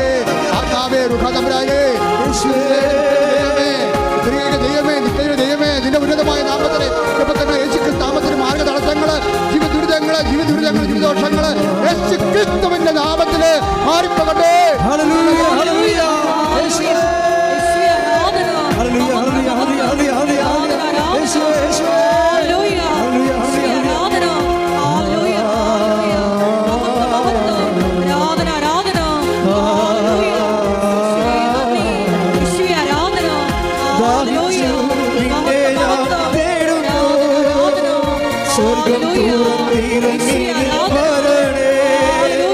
ദാഹിച്ചു നിന്നെ ഞാൻ തേടുന്നു, സ്വർഗം തുറന്നിറങ്ങി വരണേ, ആത്മാവാം ദൈവമേ എന്റെ ഉള്ളിൽ വസിക്കാൻ വരണേ. പുറപ്പാടിന്റെ പുസ്തകം 33:16. പുറപ്പാടിന്റെ പുസ്തകം 33 അധ്യായം 16 വാക്യം. ശ്രദ്ധിക്കട്ടെ. ഹല്ലേലൂയ. യേശുവേ നന്ദി. ഹല്ലേലൂയ. അങ്ങ് പോരുന്നില്ലെങ്കിൽ അങ്ങ് പോരുന്നില്ലെങ്കിൽ അങ്ങ് എന്നിലും അങ്ങയുടെ ജനത്തിലും സംപ്രീതനാണെന്ന് എങ്ങനെ വെളിപ്പെടും? എന്തൊരു വലിയ ദൈവജ്ഞാനമാണ് ഈ പുറപ്പാട് 33:16 എന്താ പറയണത്? പരിശുദ്ധാത്മാവിന്റെ വചനം എന്താ പറയണത്? അങ്ങ് പോരുന്നില്ലെങ്കിൽ പറഞ്ഞേ, അങ്ങ് പോരുന്നില്ലെങ്കിൽ അങ്ങയുടെ ജനത്തിൽ സംപ്രീതനാണെന്ന് എങ്ങനെ അറിയും? ദൈവം നമ്മുടെ ജീവിതത്തിൽ സംപ്രീതനാണെന്ന് അറിയാൻ only one sign, that sign of presence. ഒരു വചനം മാത്രമേ ഉള്ളൂ, ഒരു അടയാളം മാത്രമേ ഉള്ളൂ. ദൈവം നമ്മുടെ ജീവിതത്തിൽ സംപ്രീതനാണെന്ന് അറിയാൻ ദൈവത്തിൻ്റെ സാന്നിധ്യത്തിൻ്റെ അടയാളം മാത്രമേ ഉള്ളൂ. അപ്പോൾ നിനക്ക് ദൈവത്തിൻ്റെ ഒരു സാന്നിധ്യം കിട്ടിക്കഴിഞ്ഞാൽ നമുക്കറിയാമല്ലോ, ഉടമ്പടി പോലെ. ഞാൻ അച്ഛനായിട്ട് ഇപ്പോൾ 38 കൊല്ലമായി. 38 വർഷത്തിനുള്ളിൽ എന്തുമാത്രമല്ല, വിദേശത്തും സ്വദേശത്തും നാട്ടിലും എല്ലാം എന്തുമാത്രം ആയിരക്കണക്കിന് ധ്യാനം നടത്തിയിട്ടുണ്ട്. 21 ലക്ഷത്തോളം മനുഷ്യരെ ഞാൻ നേരിട്ട് കണ്ട് സംസാരിച്ച് അവരെ കൗൺസിലിംഗ്, പ്രാർത്ഥന കൗൺസിലിംഗ് നടത്തിയിട്ടുണ്ട്. ഇങ്ങനെയൊക്കെയാണെങ്കിലും ഉടമ്പടി പോലെ സർവ്വജനങ്ങളും ഇപ്പം കർത്താവിൻ്റെ മനുഷ്യാവതാരവുമായി ബന്ധപ്പെട്ട് നടന്ന മംഗളവാർത്തയിൽ ആദ്യം ദൈവം വെളിപ്പെടുത്തുന്ന സത്യം എന്താണ്? അവൻ്റെ നാമം സകല ജനങ്ങൾക്ക് വേണ്ടിയുള്ള പറഞ്ഞേ സകല ജനതകൾക്ക് വേണ്ടിയുള്ള സന്തോഷത്തിന്റെ സദ്വാർത്ത ഞാൻ നിങ്ങളെ അറിയിക്കുന്നു. അത് തന്നെ മനസ്സിലാകും സകല ജനങ്ങൾക്ക്, നോട്ട് ഓൺലി ഫോർ ക്രിസ്ത്യൻസ്, പിന്നെ ഫോർ ദ പീപ്പിൾ ടോട്ടാലിറ്റി. എല്ലാം ടോട്ടലായിട്ടുള്ള ആൾക്കാർക്ക് വേണ്ടിയുള്ള ദൈവത്തിൻ്റെ പദ്ധതിയാണ് ക്രിസ്തു. അതുകൊണ്ടാണ് ആരും എവിടെ നിന്ന് വിളിക്കുമ്പോഴും, ഇപ്പം തന്നെ രാജീവ് സദാനന്ദൻ്റെ വിഷയം, അദ്ദേഹം ഈ മകളപ്രതിയാണല്ലോ വന്ന് ഉടമ്പടി എടുക്കണത് അല്ലേ. പണ്ട് നമ്മൾ 15:2 വായിച്ചില്ലേ യോഹന്നാന്റെ സുവിശേഷം? എന്താണ്? കൂടുതൽ സ്നേഹിക്കുന്നവനെ അല്ലെങ്കിൽ കൂടുതൽ ഫലം തരുന്നതിനെ, അത് കൂടുതൽ ഫലം തരുന്നതിനെ, അത് ദൈവത്തെ സ്നേഹിക്കുന്നവനെ. സ്നേഹം ഒരു ബലമാണല്ലോ അല്ലേ. ഗലാത്യർ 5:22 നമ്മൾ വായിച്ചു. പരിശുദ്ധാത്മാവിൻ്റെ ഫലങ്ങൾ എല്ലാവർക്കും അറിയാം. സ്നേഹം. അപ്പോൾ സ്നേഹം എന്താണ്? ദൈവസ്നേഹം എന്താണ്? പരിശുദ്ധാത്മാവിൻ്റെ ഫലമാണ്.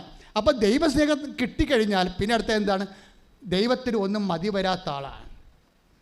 എന്തുമാത്രം മതി വരിക എന്ന് ചോദിച്ചു കഴിഞ്ഞാൽ, എൻ്റെ ദൈവ പൈതലെ അത് മിണ്ടാണ്ടിരിക്കണതാണ് ഭേദം. കർത്താവ് പറഞ്ഞൊരു വാക്ക് എപ്പോഴും കൂടം പോലെ എൻ്റെ ചങ്ങിനടിക്കും. എന്താ ഈശോ പറഞ്ഞത്? B perfect as your heavenly father is perfect. അതായത് നിൻ്റെ സ്വർഗ്ഗസ്ഥനായ പിതാവ് പരിപൂർണനായിരിക്കുന്ന പോലെയും നിങ്ങളും പരിപൂർണരായിരിക്കും. അപ്പോൾ മതി വരാത്ത ദൈവം. ദൈവത്തെ സ്നേഹിച്ചാൽ എവിടെയെങ്കിലും കൊണ്ട് എത്തിക്കാവോ നിങ്ങൾ ധരിക്കരുത്. ഭർത്താവിനെ സ്നേഹിച്ചാൽ എവിടെയെങ്കിലും നമുക്ക് എത്തിക്കാൻ പറ്റും. ഭാര്യയെ സ്നേഹിച്ചാൽ ആ സ്നേഹം എവിടെയെങ്കിലും കൊണ്ട് നമുക്ക് എത്തിക്കാൻ പറ്റും. മക്കളെ സ്നേഹിച്ചാൽ എവിടെയെങ്കിലും എത്തിക്കാൻ പറ്റും. ദൈവത്തെ സ്നേഹിച്ചാൽ ഒരിടത്തും കൊണ്ട് എത്തിക്കാൻ പറ്റത്തില്ല. എന്താ കാര്യം? ദൈവം വീണ്ടും വീണ്ടും നിൻ്റെ സ്നേഹത്തിൻ്റെ ലെവൽ വർദ്ധിപ്പിക്കാൻ നോക്കും. എന്താ കാരണം അറിയാവോ? സ്നേഹം വർദ്ധിക്കുന്ന അനുസരിച്ച് കൊണ്ട് നിൻ്റെ കൃപ വർദ്ധിച്ചുകൊണ്ടിരിക്കും. കൃപ വർദ്ധിച്ചുകൊണ്ടിരിക്കുന്ന അനുസരിച്ച് കൊണ്ട് മഹത്വം വർദ്ധിച്ചുകൊണ്ടിരിക്കും. അതിനാണ് നിത്യത എന്ന് പറയുന്നത്. കൈയടിച്ച് ശ്രദ്ധിക്കട്ടെ.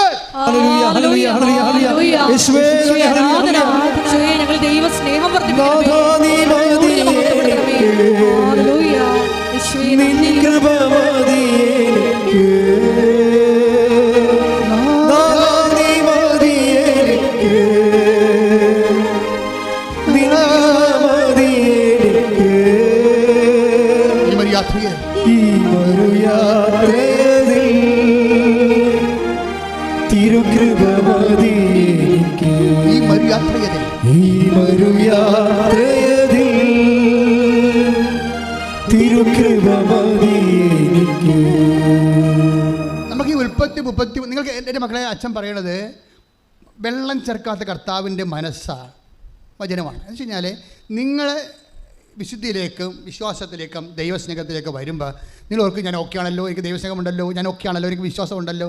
പക്ഷേ ദൈവം ഓക്കെ അല്ല. ദൈവം എന്താ പറയണത്? ദൈവം 15 വർക്കൗട്ട് ചെയ്യും. എന്താ പറയണത്?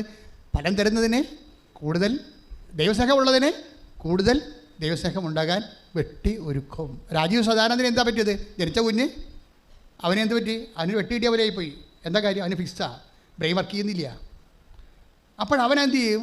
അവന് ഉടമ്പടി എടുക്കാനൊരു അവസരമായത്. അത്രയും നേരം അവന് കേവല ദൈവസ്നേഹം ഉണ്ടായിരുന്നു. നിങ്ങൾക്ക് പലർക്കും കേവല ദൈവസ്നേഹം ഉണ്ടെങ്കിൽ, നിങ്ങളെ കേവല ദൈവസ്നേഹം ഉണ്ടായിട്ട് നിങ്ങൾ ഉടമ്പടിയിലേക്ക് ദൈവം വിളിക്കുമ്പോൾ ദൈവമാണ് വിളിക്കുന്നത്. ഉപരി ദൈവസ്നേഹത്തിലേക്ക് വിളിക്കാൻ വേണ്ടിയുള്ള ദൈവത്തിൻ്റെ വിളിയാണ് നിന്നെ നിത്യതയ്ക്ക് തിരഞ്ഞെടുക്കുന്നു എന്നാണ് അർത്ഥം. ശ്രദ്ധിക്കട്ടെ.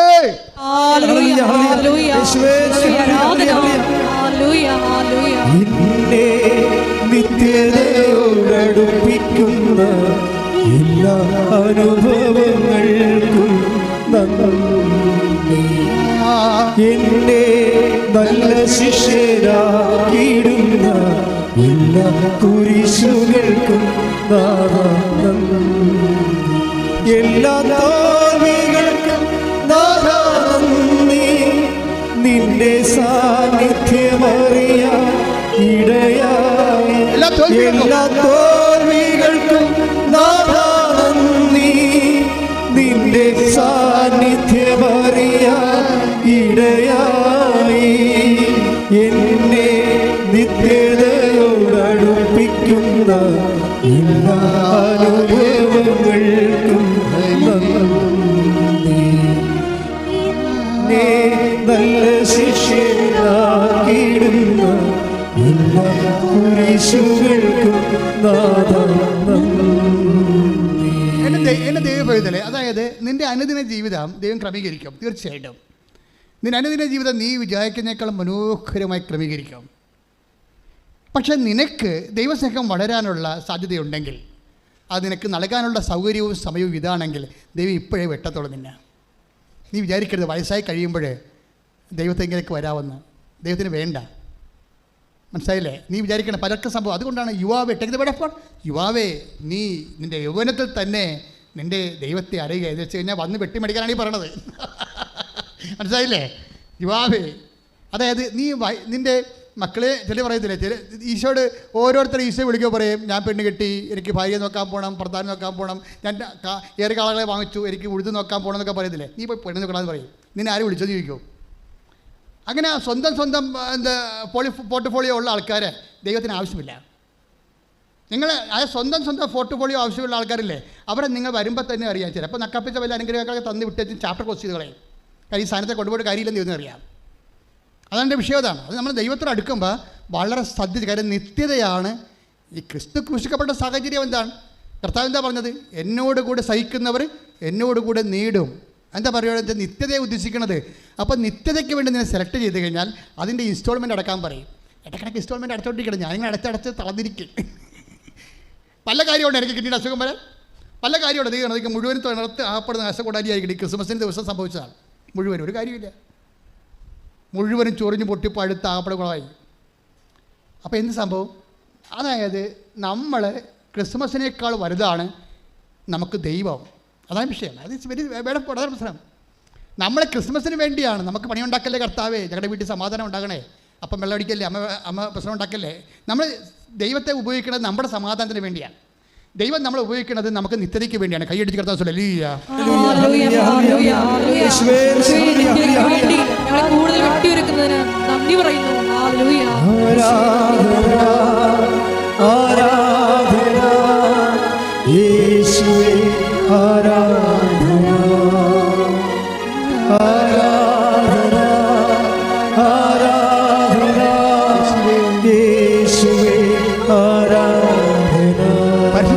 ദിവ്യകാരുണ്യത്തിന് ആരാധനയും സ്തുതിയും പുകഴ്ചയും ഉണ്ടായിരിക്കട്ടെ. പരിശുദ്ധ പരമ ദിവ്യകാരുണ്യത്തിന് ആരാധനയും സ്തുതിയും പുകഴ്ചയും ഉണ്ടായിരിക്കട്ടെ.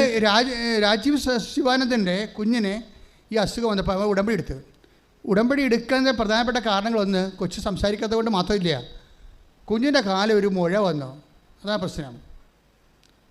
അപ്പോൾ അതെന്തോ എങ്ങോട്ടായി മുഴ പോകണമെന്ന് അറിയാൻ പാടില്ല. അത് വിഷമിച്ച് വന്നിട്ട് പുള്ളിക്കാരൻ ഉടമ്പടി എടുത്തു. ഉടമ്പടിയെല്ലാം വീട്ടിൽ കൊണ്ടുപോയി വെച്ചും പുള്ളിക്കാരൻ ഇവിടെ വരുമ്പോൾ, അതായത് ദൈവത്തിൻ്റെ അദ്ദേഹം പറയുന്നുണ്ടത്, ഇത് ഞാൻ ഇവിടെ വന്നു എന്ന് ഞാൻ പറയണില്ല, ദൈവം എന്നെ കൊണ്ടുവന്നു. കാര്യം ഇന്നൊരു മനുഷ്യന് വരാൻ പറ്റുന്ന ഏറ്റവും വലിയ ഇടമാണിതെന്ന് എനിക്ക് മനസ്സിലായി. ഒരു മനുഷ്യന് ദൈവത്തെ കണ്ടുമുട്ടാൻ പറ്റിയ, അദ്ദേഹത്തിൻ്റെ സാക്ഷ്യം കേൾക്കുമ്പോൾ നല്ല രസമാണ്. അത് ഒരു മനുഷ്യന്, ദൈവത്തെ അറിയുന്ന മനുഷ്യന്, അന്വേഷിക്കുന്ന മനുഷ്യന് വരാൻ പറ്റിയ ഏറ്റവും ടോപ്പ് ടൈമാണ്, ടോപ്പ് പ്ലേസാണ് അത്. അതായത് അദ്ദേഹത്തെ ഫീൽ ചെയ്ത്, അതായത് എന്നിട്ട് ഈ മനുഷ്യൻ കൊണ്ടുപോയി ഈ ഉടമ്പടി തൈലം കൊണ്ടുപോയി അപ്പൻ്റെയും കുഞ്ഞിൻ്റെയും, അപ്പനും മുഴയാണ്, അതിങ്ങനെ വീർത്തി വരിക കാലിൽ, കപ്പലിൽ നിന്ന് കിട്ടിയതാണ്. കപ്പലെ പാമ്പൊന്നുമില്ല. പിന്നെ ഇത് എവിടുന്ന് ആരും എന്നെ കടിച്ചെന്ന് അറിയാൻ പാടില്ല എന്ന് ഭാര്യ പറഞ്ഞു. നിങ്ങൾ അതും പറഞ്ഞോണ്ടിരിക്കല്ലേ, ഇതിവിടെ കാണിക്കാനുള്ള പാട്ടി കാണിക്കാൻ പറഞ്ഞു. അദ്ദേഹം കൊണ്ടുവന്ന് ഇവിടെ കാണിച്ച്, എന്നിട്ട് കൊണ്ട് ഉടമ്പടി തൈലം കൊണ്ടുപോയി അങ്ങേരുടെ ആ മുഴയും പെരട്ടി, കുഞ്ഞിന് വേറെ എന്താ അസുഖമാണ്, കുഞ്ഞിനെ മുഴയും പെരട്ടി. രാവിലെ എഴുതി നോക്കിയപ്പോൾ അങ്ങ് രണ്ടുപേരുടെ മൊഴി അപ്രത്യക്ഷമായി. എന്നിട്ട് അദ്ദേഹം പറഞ്ഞു, ഞാൻ എൻ്റെ കുഞ്ഞിൻ്റെ തൊണ്ടരൊക്കെ സംസാരിച്ചു, ഇപ്പം കുഞ്ഞ് എന്തൊക്കെ തിങ്ങി വരുന്നുണ്ട്, ഇന്നല്ലെങ്കിൽ നാളെ കുഞ്ഞ് സംസാരിക്കുമെന്ന്, അമ്മ സംസാരിക്കുമെന്ന് എനിക്കറിയാം. പക്ഷേ അദ്ദേഹം പറയുന്നതിൻ്റെ അകത്ത് മുഴുവനും ഇങ്ങനെ ഒരു ദൈവ അനുഗ്രഹത്തിൻ്റെ ലെവലിനേക്കാൾ ഉപരി ദൈവത്തെ അനുഭവിക്കാൻ, കണ്ടുമുട്ടാൻ കഴിഞ്ഞതിൽ, അഭിമുഖീകരിക്കാൻ കഴിഞ്ഞതിൽ, ഒരു കൃത്യമായ ഒരു സ്ഥലത്ത് വന്ന് ദൈവത്തെ അഭിമുഖീകരിക്കാൻ അദ്ദേഹത്തിനൊരു സമയം കുറിച്ച് കിട്ടിയതിൽ, ആ ജീവിതം കൊണ്ട് അദ്ദേഹം സന്തോഷിക്കുന്ന നമുക്ക് ആ സാക്ഷ്യത്തിൽ നിന്ന് അതിൻ്റെ ഒരു ഇലമർമ്മരം നമുക്ക് കേൾക്കാൻ പറ്റും. അദ്ദേഹം അങ്ങനെ സന്തോഷിച്ചാണ് അത് പറയണത് മുഴുവനും. അദ്ദേഹത്തിൻ്റെ ടോക്ക് മുഴുവനും വളരെ ഹൃദ്യമായ അഭിഷേക സന്തോഷത്തിലാണത് പറയണതെല്ലാം. കാരണം ദൈവത്തെ കണ്ടുമുട്ടാൻ കഴിയും. അപ്പോഴെന്താണ് ഈ കൂടുതൽ ഫലം പുറപ്പെടുവിച്ച്, ഈ മനുഷ്യൻ ആരും പഠിപ്പിക്കാതെ തന്നെ ദൈവം നേരിട്ട് പഠിപ്പിച്ച ആളാണ്. പക്ഷേ ദൈവത്തെ മുതലാകാഞ്ഞത് കൊണ്ടാണ് ഉടമ്പടി എടുപ്പിച്ചിരിക്കുന്നത്. ഉടമ്പടി എടുപ്പിച്ചപ്പോൾ തന്നെ അടയാളം കാണിച്ച്, ഉടമ്പടി എടുപ്പിച്ചതിനെ അടയാളം കാണിച്ചിട്ട് പിന്നെ രസമുണ്ട്. ഈ മനുഷ്യൻ്റെ മകൻ, അതായത് വസ്കുലർ, എന്നാ പരിപാടി, കാർഡിയോ വസ്കുലർ സർജറി പഠിക്കുകയാണ്. ജിഗ്മറിൻ്റെ മെഡിക്കൽ കോളേജ് പഠിക്കുക. ഇന്ത്യയിലെ 2ാമത്തെ മെഡിക്കൽ കോളേജാണ്. ഓൾ ഇന്ത്യ മെഡിക്കൽ കോളേജ് കഴിഞ്ഞാൽ പിന്നെ ജിഗ്മറാണ്, ജവഹർലാൽ നെഹ്റുവിൻ്റെ പേരിലുള്ള സ്ഥാപനം. അപ്പോൾ അവിടെ കാർഡിയോ വസ്കുലർ സർജറിയൊക്കെ പഠിക്കുകയാണ്. ഈ ഉടമ്പടി എടുത്തതിന് ശേഷം ഈ 2 അടയാളം കണ്ടപ്പോൾ ഇയാൾ ഭാര്യയോട് പറയുന്നുണ്ട്, നമ്മുടെ വീട്ടിൽ എന്തോ സംഭവിച്ചുകൊണ്ടിരിക്കണം കേട്ടോ, നമ്മുടെ വീട്ടിൽ എന്തോ സംഭവിച്ചുകൊണ്ടിരിക്കുകയാണ് എന്ന് വെച്ച് കഴിഞ്ഞാൽ അവർക്ക് ഫീൽ ചെയ്യുന്നുണ്ട്. എന്താണ് നമുക്ക് ഫീൽ ചെയ്യുകയെന്ന് വെച്ച് കഴിഞ്ഞാൽ പ്രസൻസ് എന്നാണ് അതിൻ്റെ അർത്ഥം. പ്രസൻസ് നമ്മൾ മറ്റ് വ്യക്തികളിൽ നിന്ന് വ്യത്യസ്തമായിക്കൊണ്ടിരിക്കും. അതാണ് ഉടമ്പടിയുടെ പ്രശ്നം. ഉടമ്പടി ചങ്കെ കൊണ്ട് കൃത്യമായിട്ട് എടുക്കുന്നുണ്ടെങ്കിൽ നിങ്ങൾ മറ്റ് വ്യക്തികളും തമ്മിൽ ഇപ്പോഴും വ്യത്യാസമൊന്നും ഇല്ലെങ്കിൽ നിങ്ങൾ ഉടമ്പടിയിലല്ല. എന്തൊക്കെ ഇവിടെ കൊണ്ട് എഴുതിയിട്ടുള്ള കാര്യം സത്യമാണ്, അത് ഞാനും അംഗീകരിക്കുന്നുണ്ട്, കാര്യം പേപ്പർ കയ്യിലുണ്ടല്ലോ. ബട്ട് ദൈവത്തിൻ്റെ മുമ്പിൽ അത് രജിസ്റ്റർ ആയിട്ടില്ല. ഉടമ്പടി രജിസ്റ്റർ ആയാൽ നമുക്കറിയാൻ പറ്റും, സാന്നിധ്യം ഫീൽ ചെയ്യും വീട്ടിലെ. ഉടമ്പടി രജിസ്റ്റർ ആയി കഴിഞ്ഞാൽ ഉടനെ സാന്നിധ്യം ഫീൽ ചെയ്യും. അപ്പോൾ ഈ രാജീവ് സദാനന്ദൻ പറയുന്നുണ്ട്, അതായത് ഇടീ നമ്മുടെ വീട്ടിൽ എന്തോ സംഭവിക്കുന്നുണ്ട്. എന്താ സംഭവിക്കണമെന്ന് വെച്ച് കഴിഞ്ഞാൽ അയാൾക്ക് മകനും അയാൾക്കൊരു സുഗന്ധാഭിഷേകം തോന്നിയപ്പോൾ അയാൾ വൈഫിനോട് ചോദിച്ചു, നിനക്ക് എന്തെങ്കിലും സ്മെല്ല് ഫീൽ ചെയ്യുന്നുണ്ടോ? അവൻ എനിക്കൊന്നും ഫീൽ ചെയ്യുന്നില്ല. അപ്പോൾ മകൻ പറഞ്ഞു, അപ്പാ എനിക്ക് ഫീൽ ചെയ്യുന്നുണ്ട്, എന്തോ ഒരു വല്ലാത്ത സുഗന്ധം, നമുക്ക് കേൾക്കാത്തൊരു സുഗന്ധം. അപ്പോൾ അയാൾ പറഞ്ഞു, അമ്മ വന്നിട്ടുണ്ടെന്ന് പറഞ്ഞു. പ്രസൻസാണ്, പ്രസൻസ്. ഈ പ്രസൻസ് ഫീൽ ചെയ്യുമ്പോൾ എന്താ പ്രശ്നം വെച്ച് കഴിഞ്ഞാൽ നിങ്ങൾക്കറിയാമല്ലോ, പ്രസൻസ് വന്നു കഴിഞ്ഞാൽ പിന്നെ എന്താ പറയണത്, പിന്നെ we will be a different people, മറ്റ് വ്യക്തികളിൽ നിന്ന് വ്യത്യസ്തമാകും. അതാണ് നമ്മൾ ഈ പുറപ്പാട് വായിച്ചത്. ഒന്ന് വായിച്ചേ, പുറപ്പാട് 33:16. അങ്ങ് പോരുന്നില്ലെങ്കിൽ അങ്ങ് എന്നിലും അങ്ങയുടെ ജനത്തിലും സംപ്രീതനാണെന്ന് എങ്ങനെ വെളിപ്പെടും? അങ്ങ് പോരുന്നില്ലെങ്കിൽ അങ്ങയുടെ ജനത്തിൽ സംപ്രീതനാണെന്ന് എങ്ങനെ വെളിപ്പെടും? അങ്ങ് ഞങ്ങളോടൊത്ത് യാത്ര ചെയ്യുമെങ്കിൽ, പറഞ്ഞേ, അങ്ങ് ഞങ്ങളോടൊത്ത് യാത്ര ചെയ്യുമെങ്കിൽ ഞാനും അങ്ങയുടെ ജനവും ഭൂമുഖത്തുള്ള എല്ലാ ജനതകളിൽ നിന്ന് വ്യത്യസ്തരായിരിക്കും. അതാണ് പ്രശ്നം. ഈ നമ്മൾ വ്യത്യസ്തമാക്കണത് എന്താണ്? പ്രസൻസാണ്. നിങ്ങൾ ഉടമ്പടി എടുക്കുമ്പോൾ IELTS പറഞ്ഞുകൊണ്ട് കാറിക്കും നടക്കരുത്. പ്രസൻസ് എന്ന് പറഞ്ഞുകൊണ്ടിരിക്കണം. മനസ്സിലായില്ലേ? അല്ല, നമ്മളേക്ക് വരുന്ന പക്ഷം നമ്മൾ ആ വിഷയത്തിലാണല്ലോ വരുന്നത്. മളക്കെട്ടിക്കണേ ജേടത്തി വന്ന് ഉടമ്പടി എടുത്താൽ മളക്കെട്ടിക്കണേ. പിന്നെ അടുത്ത പ്രാവശ്യം ഉടമ്പടി എടുക്കുമ്പോൾ മാള പ്രസവിക്കണേ. തീർന്ന്. ഈ ചേടത്തിന് മിക്കവാറും കാലപ്പഴി നടത്തിയടിക്കാൻ സാധ്യതയുണ്ട് ദൈവം. കാര്യം എന്താണ്? ഇവർ വൈറ്റിപ്പഴപ്പ് ക്രിസ്ത്യാനിയാണ്. ഇവർ ആ വൈറ്റിപ്പഴപ്പിന് വേണ്ടി ഉപയോഗിക്കുന്നത്. നിങ്ങൾക്ക് ദൈവത്തെ വേണ്ട, മള കെട്ടിച്ചാൽ മതി, മള പ്രസവിച്ചാൽ മതി, നാളെയിലേക്ക് അതിന് കെട്ടിയെടുത്ത് ഉടമ്പെടുക്കേണ്ട കാര്യമില്ല. എന്താ പ്രശ്നം വെച്ച് കഴിഞ്ഞാൽ, നിങ്ങൾ ഉടമ്പെടുക്കുമ്പോൾ ആദ്യം ഇവിടെ ദൈവത്തെ അറിയുന്നത് പറഞ്ഞാൽ presence. I need your presence. I want you different. I want be a different family. I don't be a different person. എന്താണ്? I need your presence. എനിക്ക് നിൻ്റെ സാന്നിധ്യം വേണം, എനിക്ക് വ്യത്യസ്തമായിരിക്കണം. എല്ലാവരുടെയും ആഗ്രഹം അതാണല്ലോ. എല്ലാവരുടെയും ആഗ്രഹം എന്താണ്? എല്ലാവരും വ്യത്യസ്തമായിരിക്കാനല്ലേ. ഞാനൊരു വീഡിയോ കണ്ടപ്പോൾ യൂട്യൂബിലൊരു ഫോട്ടോ ഉണ്ട്. ഒരു ഓന്ത മുതൽ എന്തോ സംഭവമാണെന്ന് അറിയാൻ പാടില്ല. മുടി വെട്ടിയിട്ട് ഒരുത്തൻ്റെ തലയിൽ ഒരു ഓന്ത അരണ കയറി ഇരിക്കുകയാണ്. അരണ മുകളിലിരിക്കണ പോലെ മുടി വെട്ടി വെച്ചിരിക്കുകയാണ്. എന്തിനാ? കണ്ട പെണ്ണുങ്ങളുടെ മുമ്പിൽ വ്യത്യസ്തമാകാൻ നോക്കുകയാണ്. കണ്ട പെണ്ണുങ്ങളുടെ മുമ്പിൽ ചില ആൾക്കാർ ഷഡ് കാണിച്ചുകൊണ്ട് വ്യത്യസ്തരാകും. പെണ്ണുങ്ങളെ മോശമില്ല കേട്ടോ, അവിടെ ഇവിടെയൊക്കെ വെട്ടി കീറിയിട്ടിട്ട് വിൻഡോയൊക്കെ വെച്ച് വ്യത്യസ്തരാകും. മറ്റുള്ളവരുടെ മുമ്പിൽ വ്യത്യസ്തരാകും. ഇങ്ങനെ വ്യത്യസ്തരായി കഴിഞ്ഞാൽ കുറച്ച് കഴിയുമ്പോൾ ചുണങ്ങൊക്കെ വരും, ചൊറിയൊക്കെ വരും. ശരീരത്തിൻ്റെ അവസ്ഥ കണ്ടില്ലേ? ജോസഫച്ചാണെങ്കിൽ പോലും പൊങ്ങുന്നുണ്ട്. ഇത്രയേ ഉള്ളൂ കാര്യം, ശരീരം ഇത്രയേ ഉള്ളൂ. ഇതിനകത്തൊക്കെ അധികം ഈ ശരീരം വെച്ച് അധികം അഭ്യാസം കാണിക്കരുത്. ദൈവത്തെ മറന്ന് ജീവിക്കരുത്. നിങ്ങൾക്ക് വ്യത്യസ്തരാകണമെങ്കിൽ ഒറ്റ മാർഗ്ഗമേ ഉള്ളൂ. എന്താണത്? അങ്ങ് ഞങ്ങളുടെ കൂടെ വരുമെന്നല്ലേ പറഞ്ഞേ. അങ്ങ് ഞങ്ങളുടെ കൂടെ വരുമെങ്കിൽ ഭൂമുഖത്തുള്ള എല്ലാ മനുഷ്യരെക്കാളും, അല്ല നിന്റെ കോളേജിലുള്ള ആൾക്കാരെക്കാളല്ല, അല്ലെങ്കിൽ നിന്റെ കമ്പനിയിലുള്ള ആൾക്കാരെക്കാളല്ല, അവിടെ മുമ്പിൽ ആൾ കളിക്കാനാണല്ലോ നീ അഭ്യാസം കാണിക്കണത്. ദൈവത്തിന് ഒരു വലിയ ബ്രോഡർ പെർസ്പെക്റ്റീവാണ് ഉള്ളത്. അങ്ങ് ഞങ്ങളിവിടെ വരികയാണെങ്കിൽ പറഞ്ഞേ, ഭൂമുഖത്തുള്ള എല്ലാ മനുഷ്യരെക്കാൾ ഞങ്ങൾ വ്യത്യസ്തരായിരിക്കും.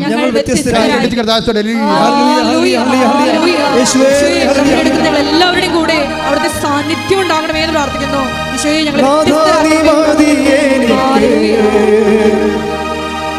നിൻ കൃപ മതി എനിക്ക്,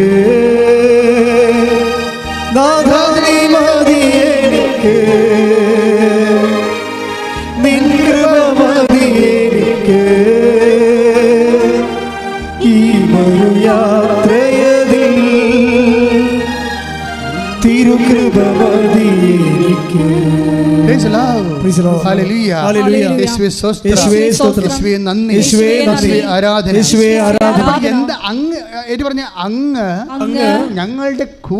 ഞങ്ങളുടെ കൂടെ വരികയാണെങ്കിൽ ഭൂമുഖത്തുള്ള എല്ലാ മനുഷ്യരെക്കാൾ ഞങ്ങൾ വ്യത്യസ്തരായിരിക്കും. നമ്മളെ വ്യത്യസ്തരാക്കണ എന്താണ്? ദൈവത്തിന്റെ സാന്നിധ്യമാണ്. രാജീവ് ശിവാനന്ദന് എന്താ സംഭവിച്ചിരിക്കുന്നത്? അവൻ വ്യത്യസ്തനാകാൻ പോകുകയാണ്. ഭൂമുഖത്തുള്ള എല്ലാവരെക്കാൾ വ്യത്യസ്തനാകാൻ പോകുകയാണ്. എന്താ സംഭവം അറിയാവോ? ദൈവത്തിൻ്റെ സാന്നിധ്യം അവൻ്റെ കൂടെ ഉണ്ട്. അതിൻ്റെ എന്താണ്? ദൈവത്തിൻ്റെ സാന്നിധ്യം എന്ന് പറയുമ്പോൾ എന്താ പറഞ്ഞത്? പിന്നെ വർക്ക് ചെയ്യണത് എന്താണ്? മെറിറ്റല്ല വർക്ക് ചെയ്യണത്. Not by merit but by grace. എന്ന് വെച്ചാൽ ബട്ട് ബൈ പ്രസൻസ് നടത്താം.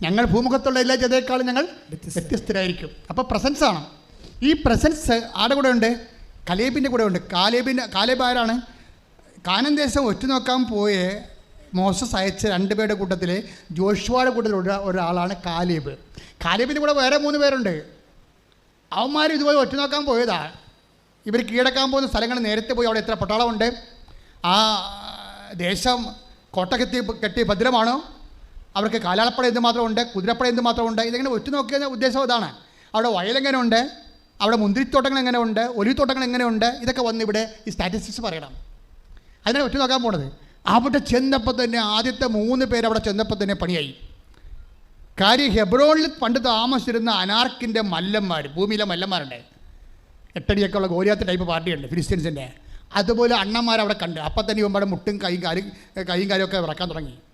ഈ വലിയ ആൾക്കാരുടെ മസിൽ കണ്ടപ്പോൾ പേടിച്ച് 3 പേര് ആദ്യമേ തന്നെ 4 കാലേവിന് ഓടി നാട്ടിലെത്തിയിട്ട് പറഞ്ഞ് നമുക്കൊക്കെ പറ്റത്തില്ല, അവന്മാർ എലി അപ്പം തിന്നണ പോലും നമ്മളെ തിന്നു കളയെന്ന് പറയും. മോസസ് മിണ്ടിയില്ല. വേറെ 2 പേരെ വിട്ടിട്ടുണ്ടല്ലോ. അരിവ് ഡിഫറെൻ്റ് ആയിട്ടുള്ളവർ 2 പേരെ വിട്ടിട്ടുണ്ട്. എല്ലാവരും ഉടമ്പ എടുത്തിട്ട് കാര്യമില്ല. അരിവ് ഡിഫറെൻ്റ് ആകണം. അരിവ് ഡിഫറെൻ്റ് ആയ വേറെ 2 പേരെ വിട്ടിട്ടുണ്ട്. കാലേബിന് വിട്ടിട്ടുണ്ട്. കാലേബ് വരട്ടെന്ന് പറയും. കാലേബും ജോഷുവും കൂടെ വന്നിട്ട് കാലേബ് പറയും അവന്മാർ മല്ലന്മാരാണ്, പക്ഷേ നമ്മുടെ കർത്താവ് അവരെ നമുക്ക് ഏൽപ്പിച്ചു തരും. കൈയെടുത്ത്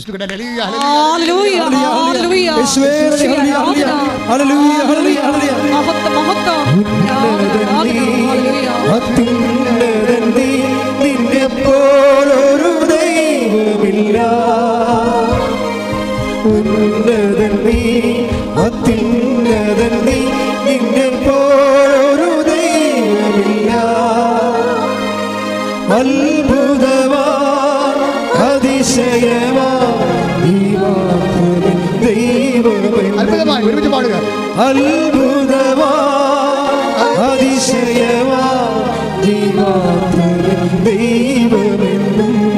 ദൈവ പൈതലെ, നിയോഗങ്ങളോട് കാലേബിൻ്റെ സമീപനമാണ് നല്ലത്. ഇവിടെ നിയോഗം എന്താ?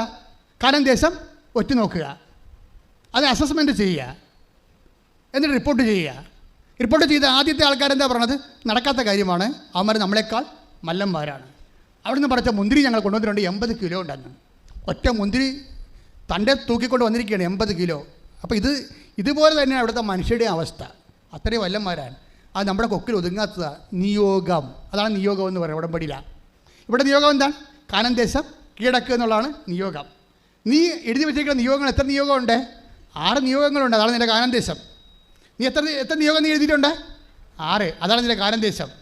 ആ കാനാൻ ദേശത്തെക്കുറിച്ച് കലേബ് പറഞ്ഞു നീ പറയണം, ഈ 6ഉം എൻ്റെ കർത്താവ് എനിക്ക് ഏൽപ്പിച്ചു തരും. ശ്രദ്ധിക്കട്ടെ.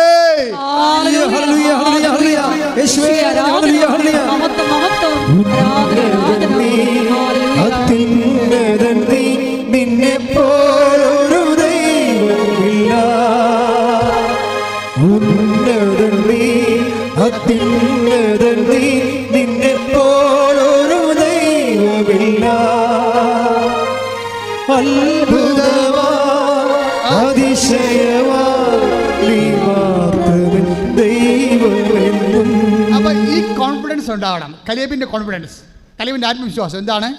അവന്മാരെത്ര മലന്മാരായാലും എൻ്റെ കർത്താവ് സൈന്യങ്ങളുടെ കർത്താവാണ്. ഞാൻ 6 നിയോഗം എഴുതിയിട്ടുണ്ടെങ്കിൽ 660 എൻ്റെ കർത്താവ് എനിക്ക് ചെയ്തു തരും. അതാണ് കലേബിൻ്റെ സമീപനം എന്ന് പറയുന്നത്. എന്താ കാര്യം? അവനെ നയിച്ച ചൈതന്യം വ്യത്യസ്തമായിരുന്നു. Read it out. സംഖ്യ 14:24. എന്തെന്നാൽ അവനെ നയിച്ച ചൈതന്യം വ്യത്യസ്തമായിരുന്നു. എന്താണ് അവനെ നയിച്ച ചൈതന്യം? ദൈവത്തിൻ്റെ പ്രസൻസ് എവിടെ ആരിലാണോ ഉള്ളത് അവനാണ് വ്യത്യസ്തൻ. കലേബിൽ ദൈവത്തിൻ്റെ ചൈതന്യമുണ്ട്. കാരണം ദൈവത്തിന് നയിച്ച ചൈതന്യം അത് വ്യത്യസ്തമാണ്. എന്താ കാര്യം? വിശ്വാസം വ്യത്യസ്തമാണ്, മറ്റുള്ളവരെ പോലെ അല്ല. ചില ആൾക്കാർ വിചാരിക്കും 4 എഴുതിയിട്ടുണ്ട്, 2 കിട്ടിയാൽ മതിയായിരുന്നു. ചില ആൾക്കാർക്ക് ഇങ്ങനെ എഴുതുന്നത്, വാദപ്പരിക്കാർ ചത്തിട്ട് എഴുന്നേറ്റ് വന്ന ആൾക്കാരപ്പോൾ എഴുതിയേക്കും 4 എഴുതിയിട്ടുണ്ട്, 2 മാതാ തന്നാൽ മതിയായിരുന്നു. അപ്പോൾ അവർക്ക് വിശ്വാസമില്ല. മാതാവിൽ എഴുതിയപ്പോൾ തന്നെ വിശ്വാസമില്ല. അപ്പോൾ കലേബിൻ്റെ മറ്റേ കക്ഷികളായിട്ട് വരും ഈ സംഭവം. നിങ്ങളൊരു കാര്യം ചെയ്യുക, അതായത് നിങ്ങൾക്കിത് ആവശ്യമാണ്, പക്ഷേ ഇത് കിട്ടിയാലും നീ നിത്യത കളയത്തില്ല. നിങ്ങൾക്ക് എന്താ സംഭവിക്കണമെന്നറിയാമോ? നിങ്ങൾക്ക് ഇതിനേക്കാൾ ഇപ്പം തന്നെ ഈ രാജീവ് ശിവാനന്ദൻ്റെ സംഭവം എന്താണ്? ഈ ഉടമ്പടി കഴിഞ്ഞ പിറ്റേ ആഴ്ചയിൽ ഈ ജിഗ്മർ കോളേജിൽ ഒരു അമേരിക്കൻ ടീം വന്നു, മെഡിക്കൽ ടീം വന്ന അമേരിക്കൻ മെഡിക്കൽ ടീം.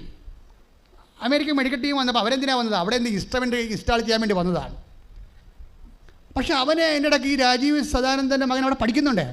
അവനുമായിട്ട് എൻ്റെ ഇൻട്രാക്ഷൻ എന്തോ സംസാരിക്കാൻ ഇടയായപ്പോൾ അമേരിക്കൻ മെഡിക്കൽ ടീമിൻ്റെ ഹെഡ് ഇവനോട് ചോദിച്ചേ, അവിടെ അടുത്ത പ്രിൻസിപ്പലിനോട് ചോദിച്ചേ, ആ പയ്യൻസ് ഇവിടുത്തെ സ്റ്റുഡൻ്റ് ആണോ അതോ ഇവിടുത്തെ സ്റ്റാഫാണെന്ന് ചോദിച്ചു.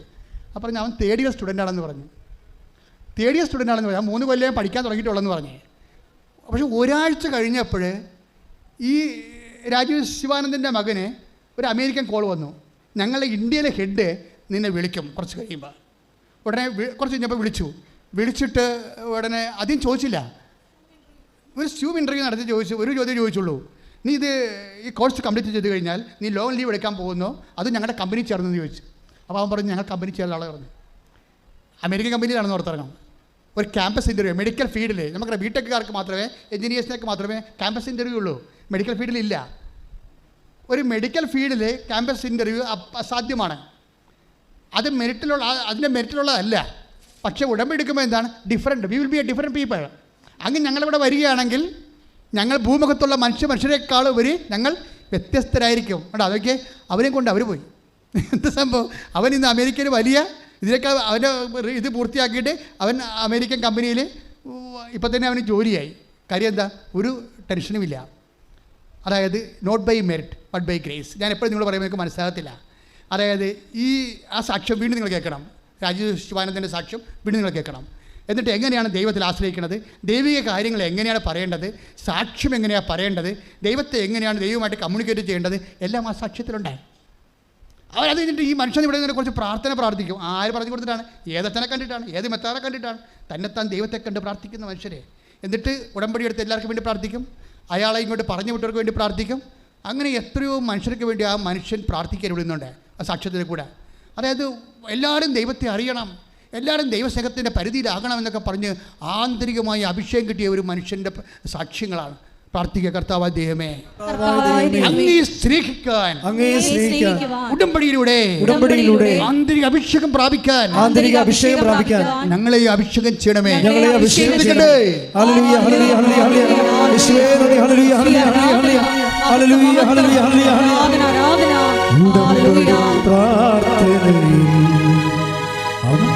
ഉടനടി പരിഹാരമേകും, ഉടനടി പ്രാർത്ഥനയിൽ ഉടനടി പരിഹാരമേകും. അവൻ പറയുന്നതും ചെയ്തിടുകിൽ ജീവിതം ധന്യമായി തീർന്നിടും.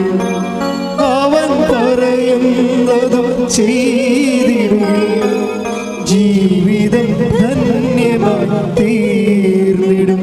എല്ലാവരും മുട്ടേ നിൽക്കുക. ജീവിത ദുരിതങ്ങൾക്ക് അതുപോലെ തന്നെ ദൈവിക ശാസ്ത്ര പ്രാർത്ഥന ഈ ധ്യാനത്തിൻ്റെ ഇടയ്ക്കുണ്ടായിരുന്നു. ഇപ്പോഴതുകൊണ്ട് മൗനമായിട്ട് വ്യക്തിപരമായ ആവശ്യങ്ങൾക്ക് വേണ്ടി പ്രാർത്ഥിക്കുന്ന സമയമാണ്. വ്യക്തിപരമായ ആവശ്യങ്ങൾക്ക് വേണ്ടി മൗനമായി പ്രാർത്ഥിക്കുന്ന സമയമാണ്. ഓൺലൈനിലുള്ളവരും തീർത്ഥാടനത്തിൽ ഇവിടെയുള്ളവരും.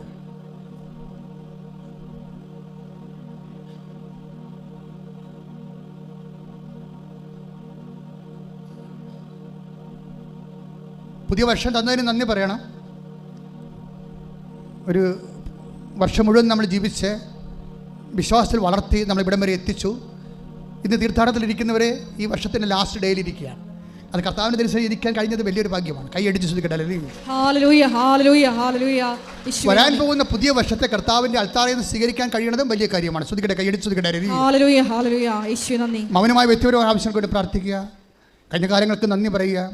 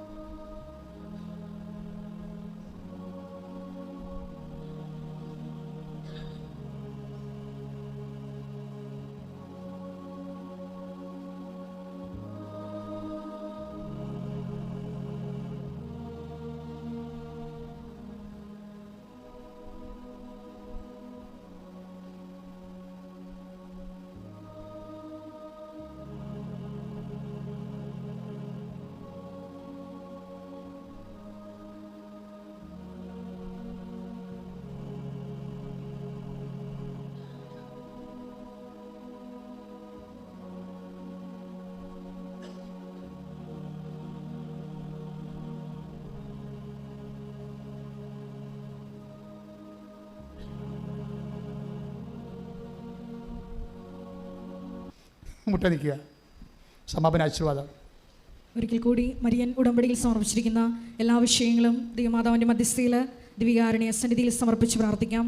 അങ്ങയുടെ സാന്നിധ്യം ഞങ്ങളുടെ കൂടെ എന്നും ഉണ്ടായി ഭൂമിയിൽ വ്യത്യസ്തരായി ഈശോയെ അങ്ങയുടെ നാമത്തെ മഹത്വപ്പെടുത്തി ജീവിക്കുവാൻ ഈ ആരാധനയിലൂടെ ഞങ്ങളെ ഓരോരുത്തരെയും വ്യക്തിപരമായി അഭിഷേകം ചെയ്യണമേ എന്ന് പ്രാർത്ഥിച്ചുകൊണ്ട് ശിരസ് നമിച്ച് നമുക്ക് ദിവികാരുണ്യനാഥൻ്റെ ആശീർവാദം സ്വീകരിക്കാം.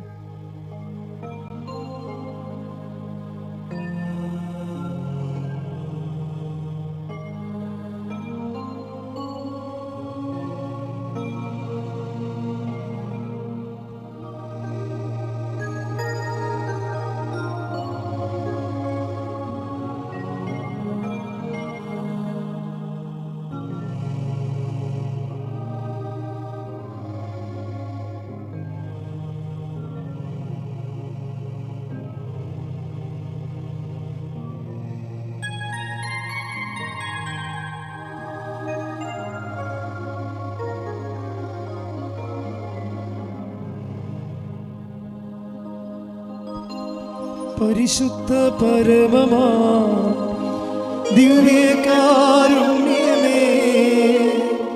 എന്നുമെന്നും അങ്ങേയ്ക്കാരാധന. പരിശുദ്ധ പരമമാ ദിവ്യകാരുണ്യമേ, എന്നുമെന്നും അങ്ങേയ്ക്കാരാധന. പരിശുദ്ധ പരമമാ ദിവ്യകാരുണ്യമേ, എന്നുമെന്നും അങ്ങേയ്ക്കാരാധന.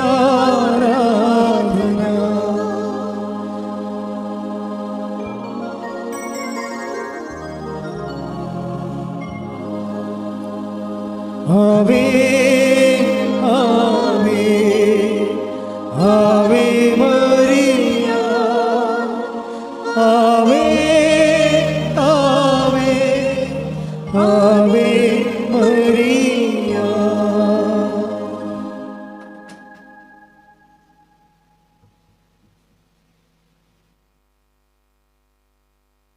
അറിയിപ്പുകൾ എല്ലാവരും ഇപ്പോൾ ഉടമ്പടി എടുത്തവരെ വിവിധ രാജ്യങ്ങളിലെ വിവിധ സംസ്ഥാനങ്ങളിലെ വിവിധ ജില്ലകളിലും പാരിഷിലുമൊക്കെ ഉടമ്പടി കൂട്ടായ്മകൾ അഖണ്ഡ ജപമാല നടത്തി ഉടമ്പടി കൂട്ടായ്മയിൽ അവർ ഉടമ്പടി ചൈതന്യത്തോടെ ഒരുമിച്ച് പ്രേക്ഷിത പ്രവർത്തനം ചെയ്യുകയും ഒരുമിച്ച് അവർ പ്രാർത്ഥിക്കുകയും ചെയ്യുന്നുണ്ട്. അതിന് 1000 മണിയുള്ള അഖണ്ഡ ജപമാല ഇവിടുന്ന് നൽകും നിങ്ങൾക്ക്. അപ്പോൾ അത് നിങ്ങൾക്ക് ഒരു 10 പേര് അല്ലെങ്കിൽ 7 പേരെങ്കിലും ഉടമ്പടി എടുത്തവർ നിങ്ങളുടെ ദിക്കിലുണ്ടെങ്കിൽ നിങ്ങൾക്ക് ഓഫീസിൽ വന്ന് അത് വാങ്ങിച്ചുകൊണ്ട് പോകാം. വിവിധ രാജ്യങ്ങളുള്ളവർ ഇമെയിൽ വഴി ആവശ്യപ്പെട്ടാൽ നിങ്ങൾക്ക് അഖണ്ഡ ജപമാല അയച്ചു തരുന്നതായിരിക്കും. അതുപോലെ തന്നെ അമ്മയ്ക്കൊരു മുറി, തീർത്ഥാടകർക്ക് വേണ്ടിയുള്ള അറിയിപ്പാണ്. അമ്മയ്ക്കൊരു മുറി, എൻ്റെ സ്വന്തം പ്രാർത്ഥനാ മുറി എന്നുള്ള ഒരു പ്രോജക്റ്റ് നടന്നുകൊണ്ടിരിക്കുകയാണ്. അപ്പോൾ സ്വന്തമായിട്ട് മുറി ആവശ്യമുള്ളവർ, തീർത്ഥാടകരായിട്ട് വരുന്നവർ 1, 2, 3 ദിവസങ്ങൾ 4 ദിവസങ്ങൾ വരെ ഒരു ദിവസം ഫ്രീ ആയിട്ട് നിങ്ങൾക്ക് ആ മുറി തരും. അങ്ങനെ മുറി വേണ്ടവർ ഈ നമ്പറിൽ വിളിക്കാം. 94 47 69 68 15.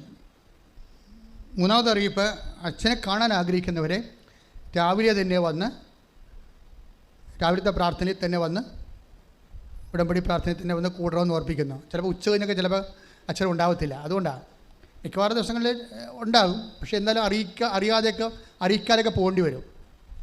അതുകൊണ്ട് ഉച്ച കഴിഞ്ഞുള്ള കാര്യങ്ങൾ ഉറപ്പല്ല. രാവിലെ ഒരു 100-125 പേരെ എടുക്കുന്നുണ്ട്. അപ്പം അതുകൊണ്ട് എമർജൻസി ഉള്ളവർ, മിസ് ചെയ്യരുതെന്ന് ഉദ്ദേശിക്കുന്നവർ രാവിലെ തന്നെ വന്ന് ഉടമ്പടി എടുക്കുകയോ പുതുക്കുകയോ ചെയ്യണമെന്ന് പ്രതോർപ്പിക്കുന്ന.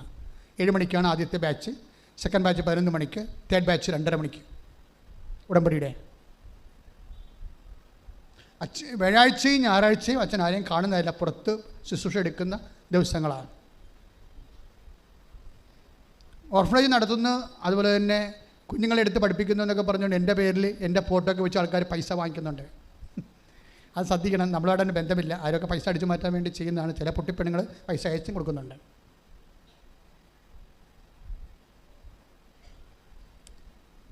ഇന്ന് ഉടമ്പടി എടുക്കാൻ വേണ്ടി ഉദ്ദേശിച്ച് വന്നിട്ടുള്ള ആൾക്കാർ പ്രാർത്ഥന കഴിഞ്ഞല്ല കൂടിയല്ല, ഇനി വേറെ ദിവസം വരാമെന്ന് പറഞ്ഞ് പിശാച് പ്രലോഭനം പെട്ട് തട്ടിച്ച് പോകരുത്. മര്യാദയ്ക്ക് ഉടമ്പടി എടുത്തിട്ട് പോകുന്ന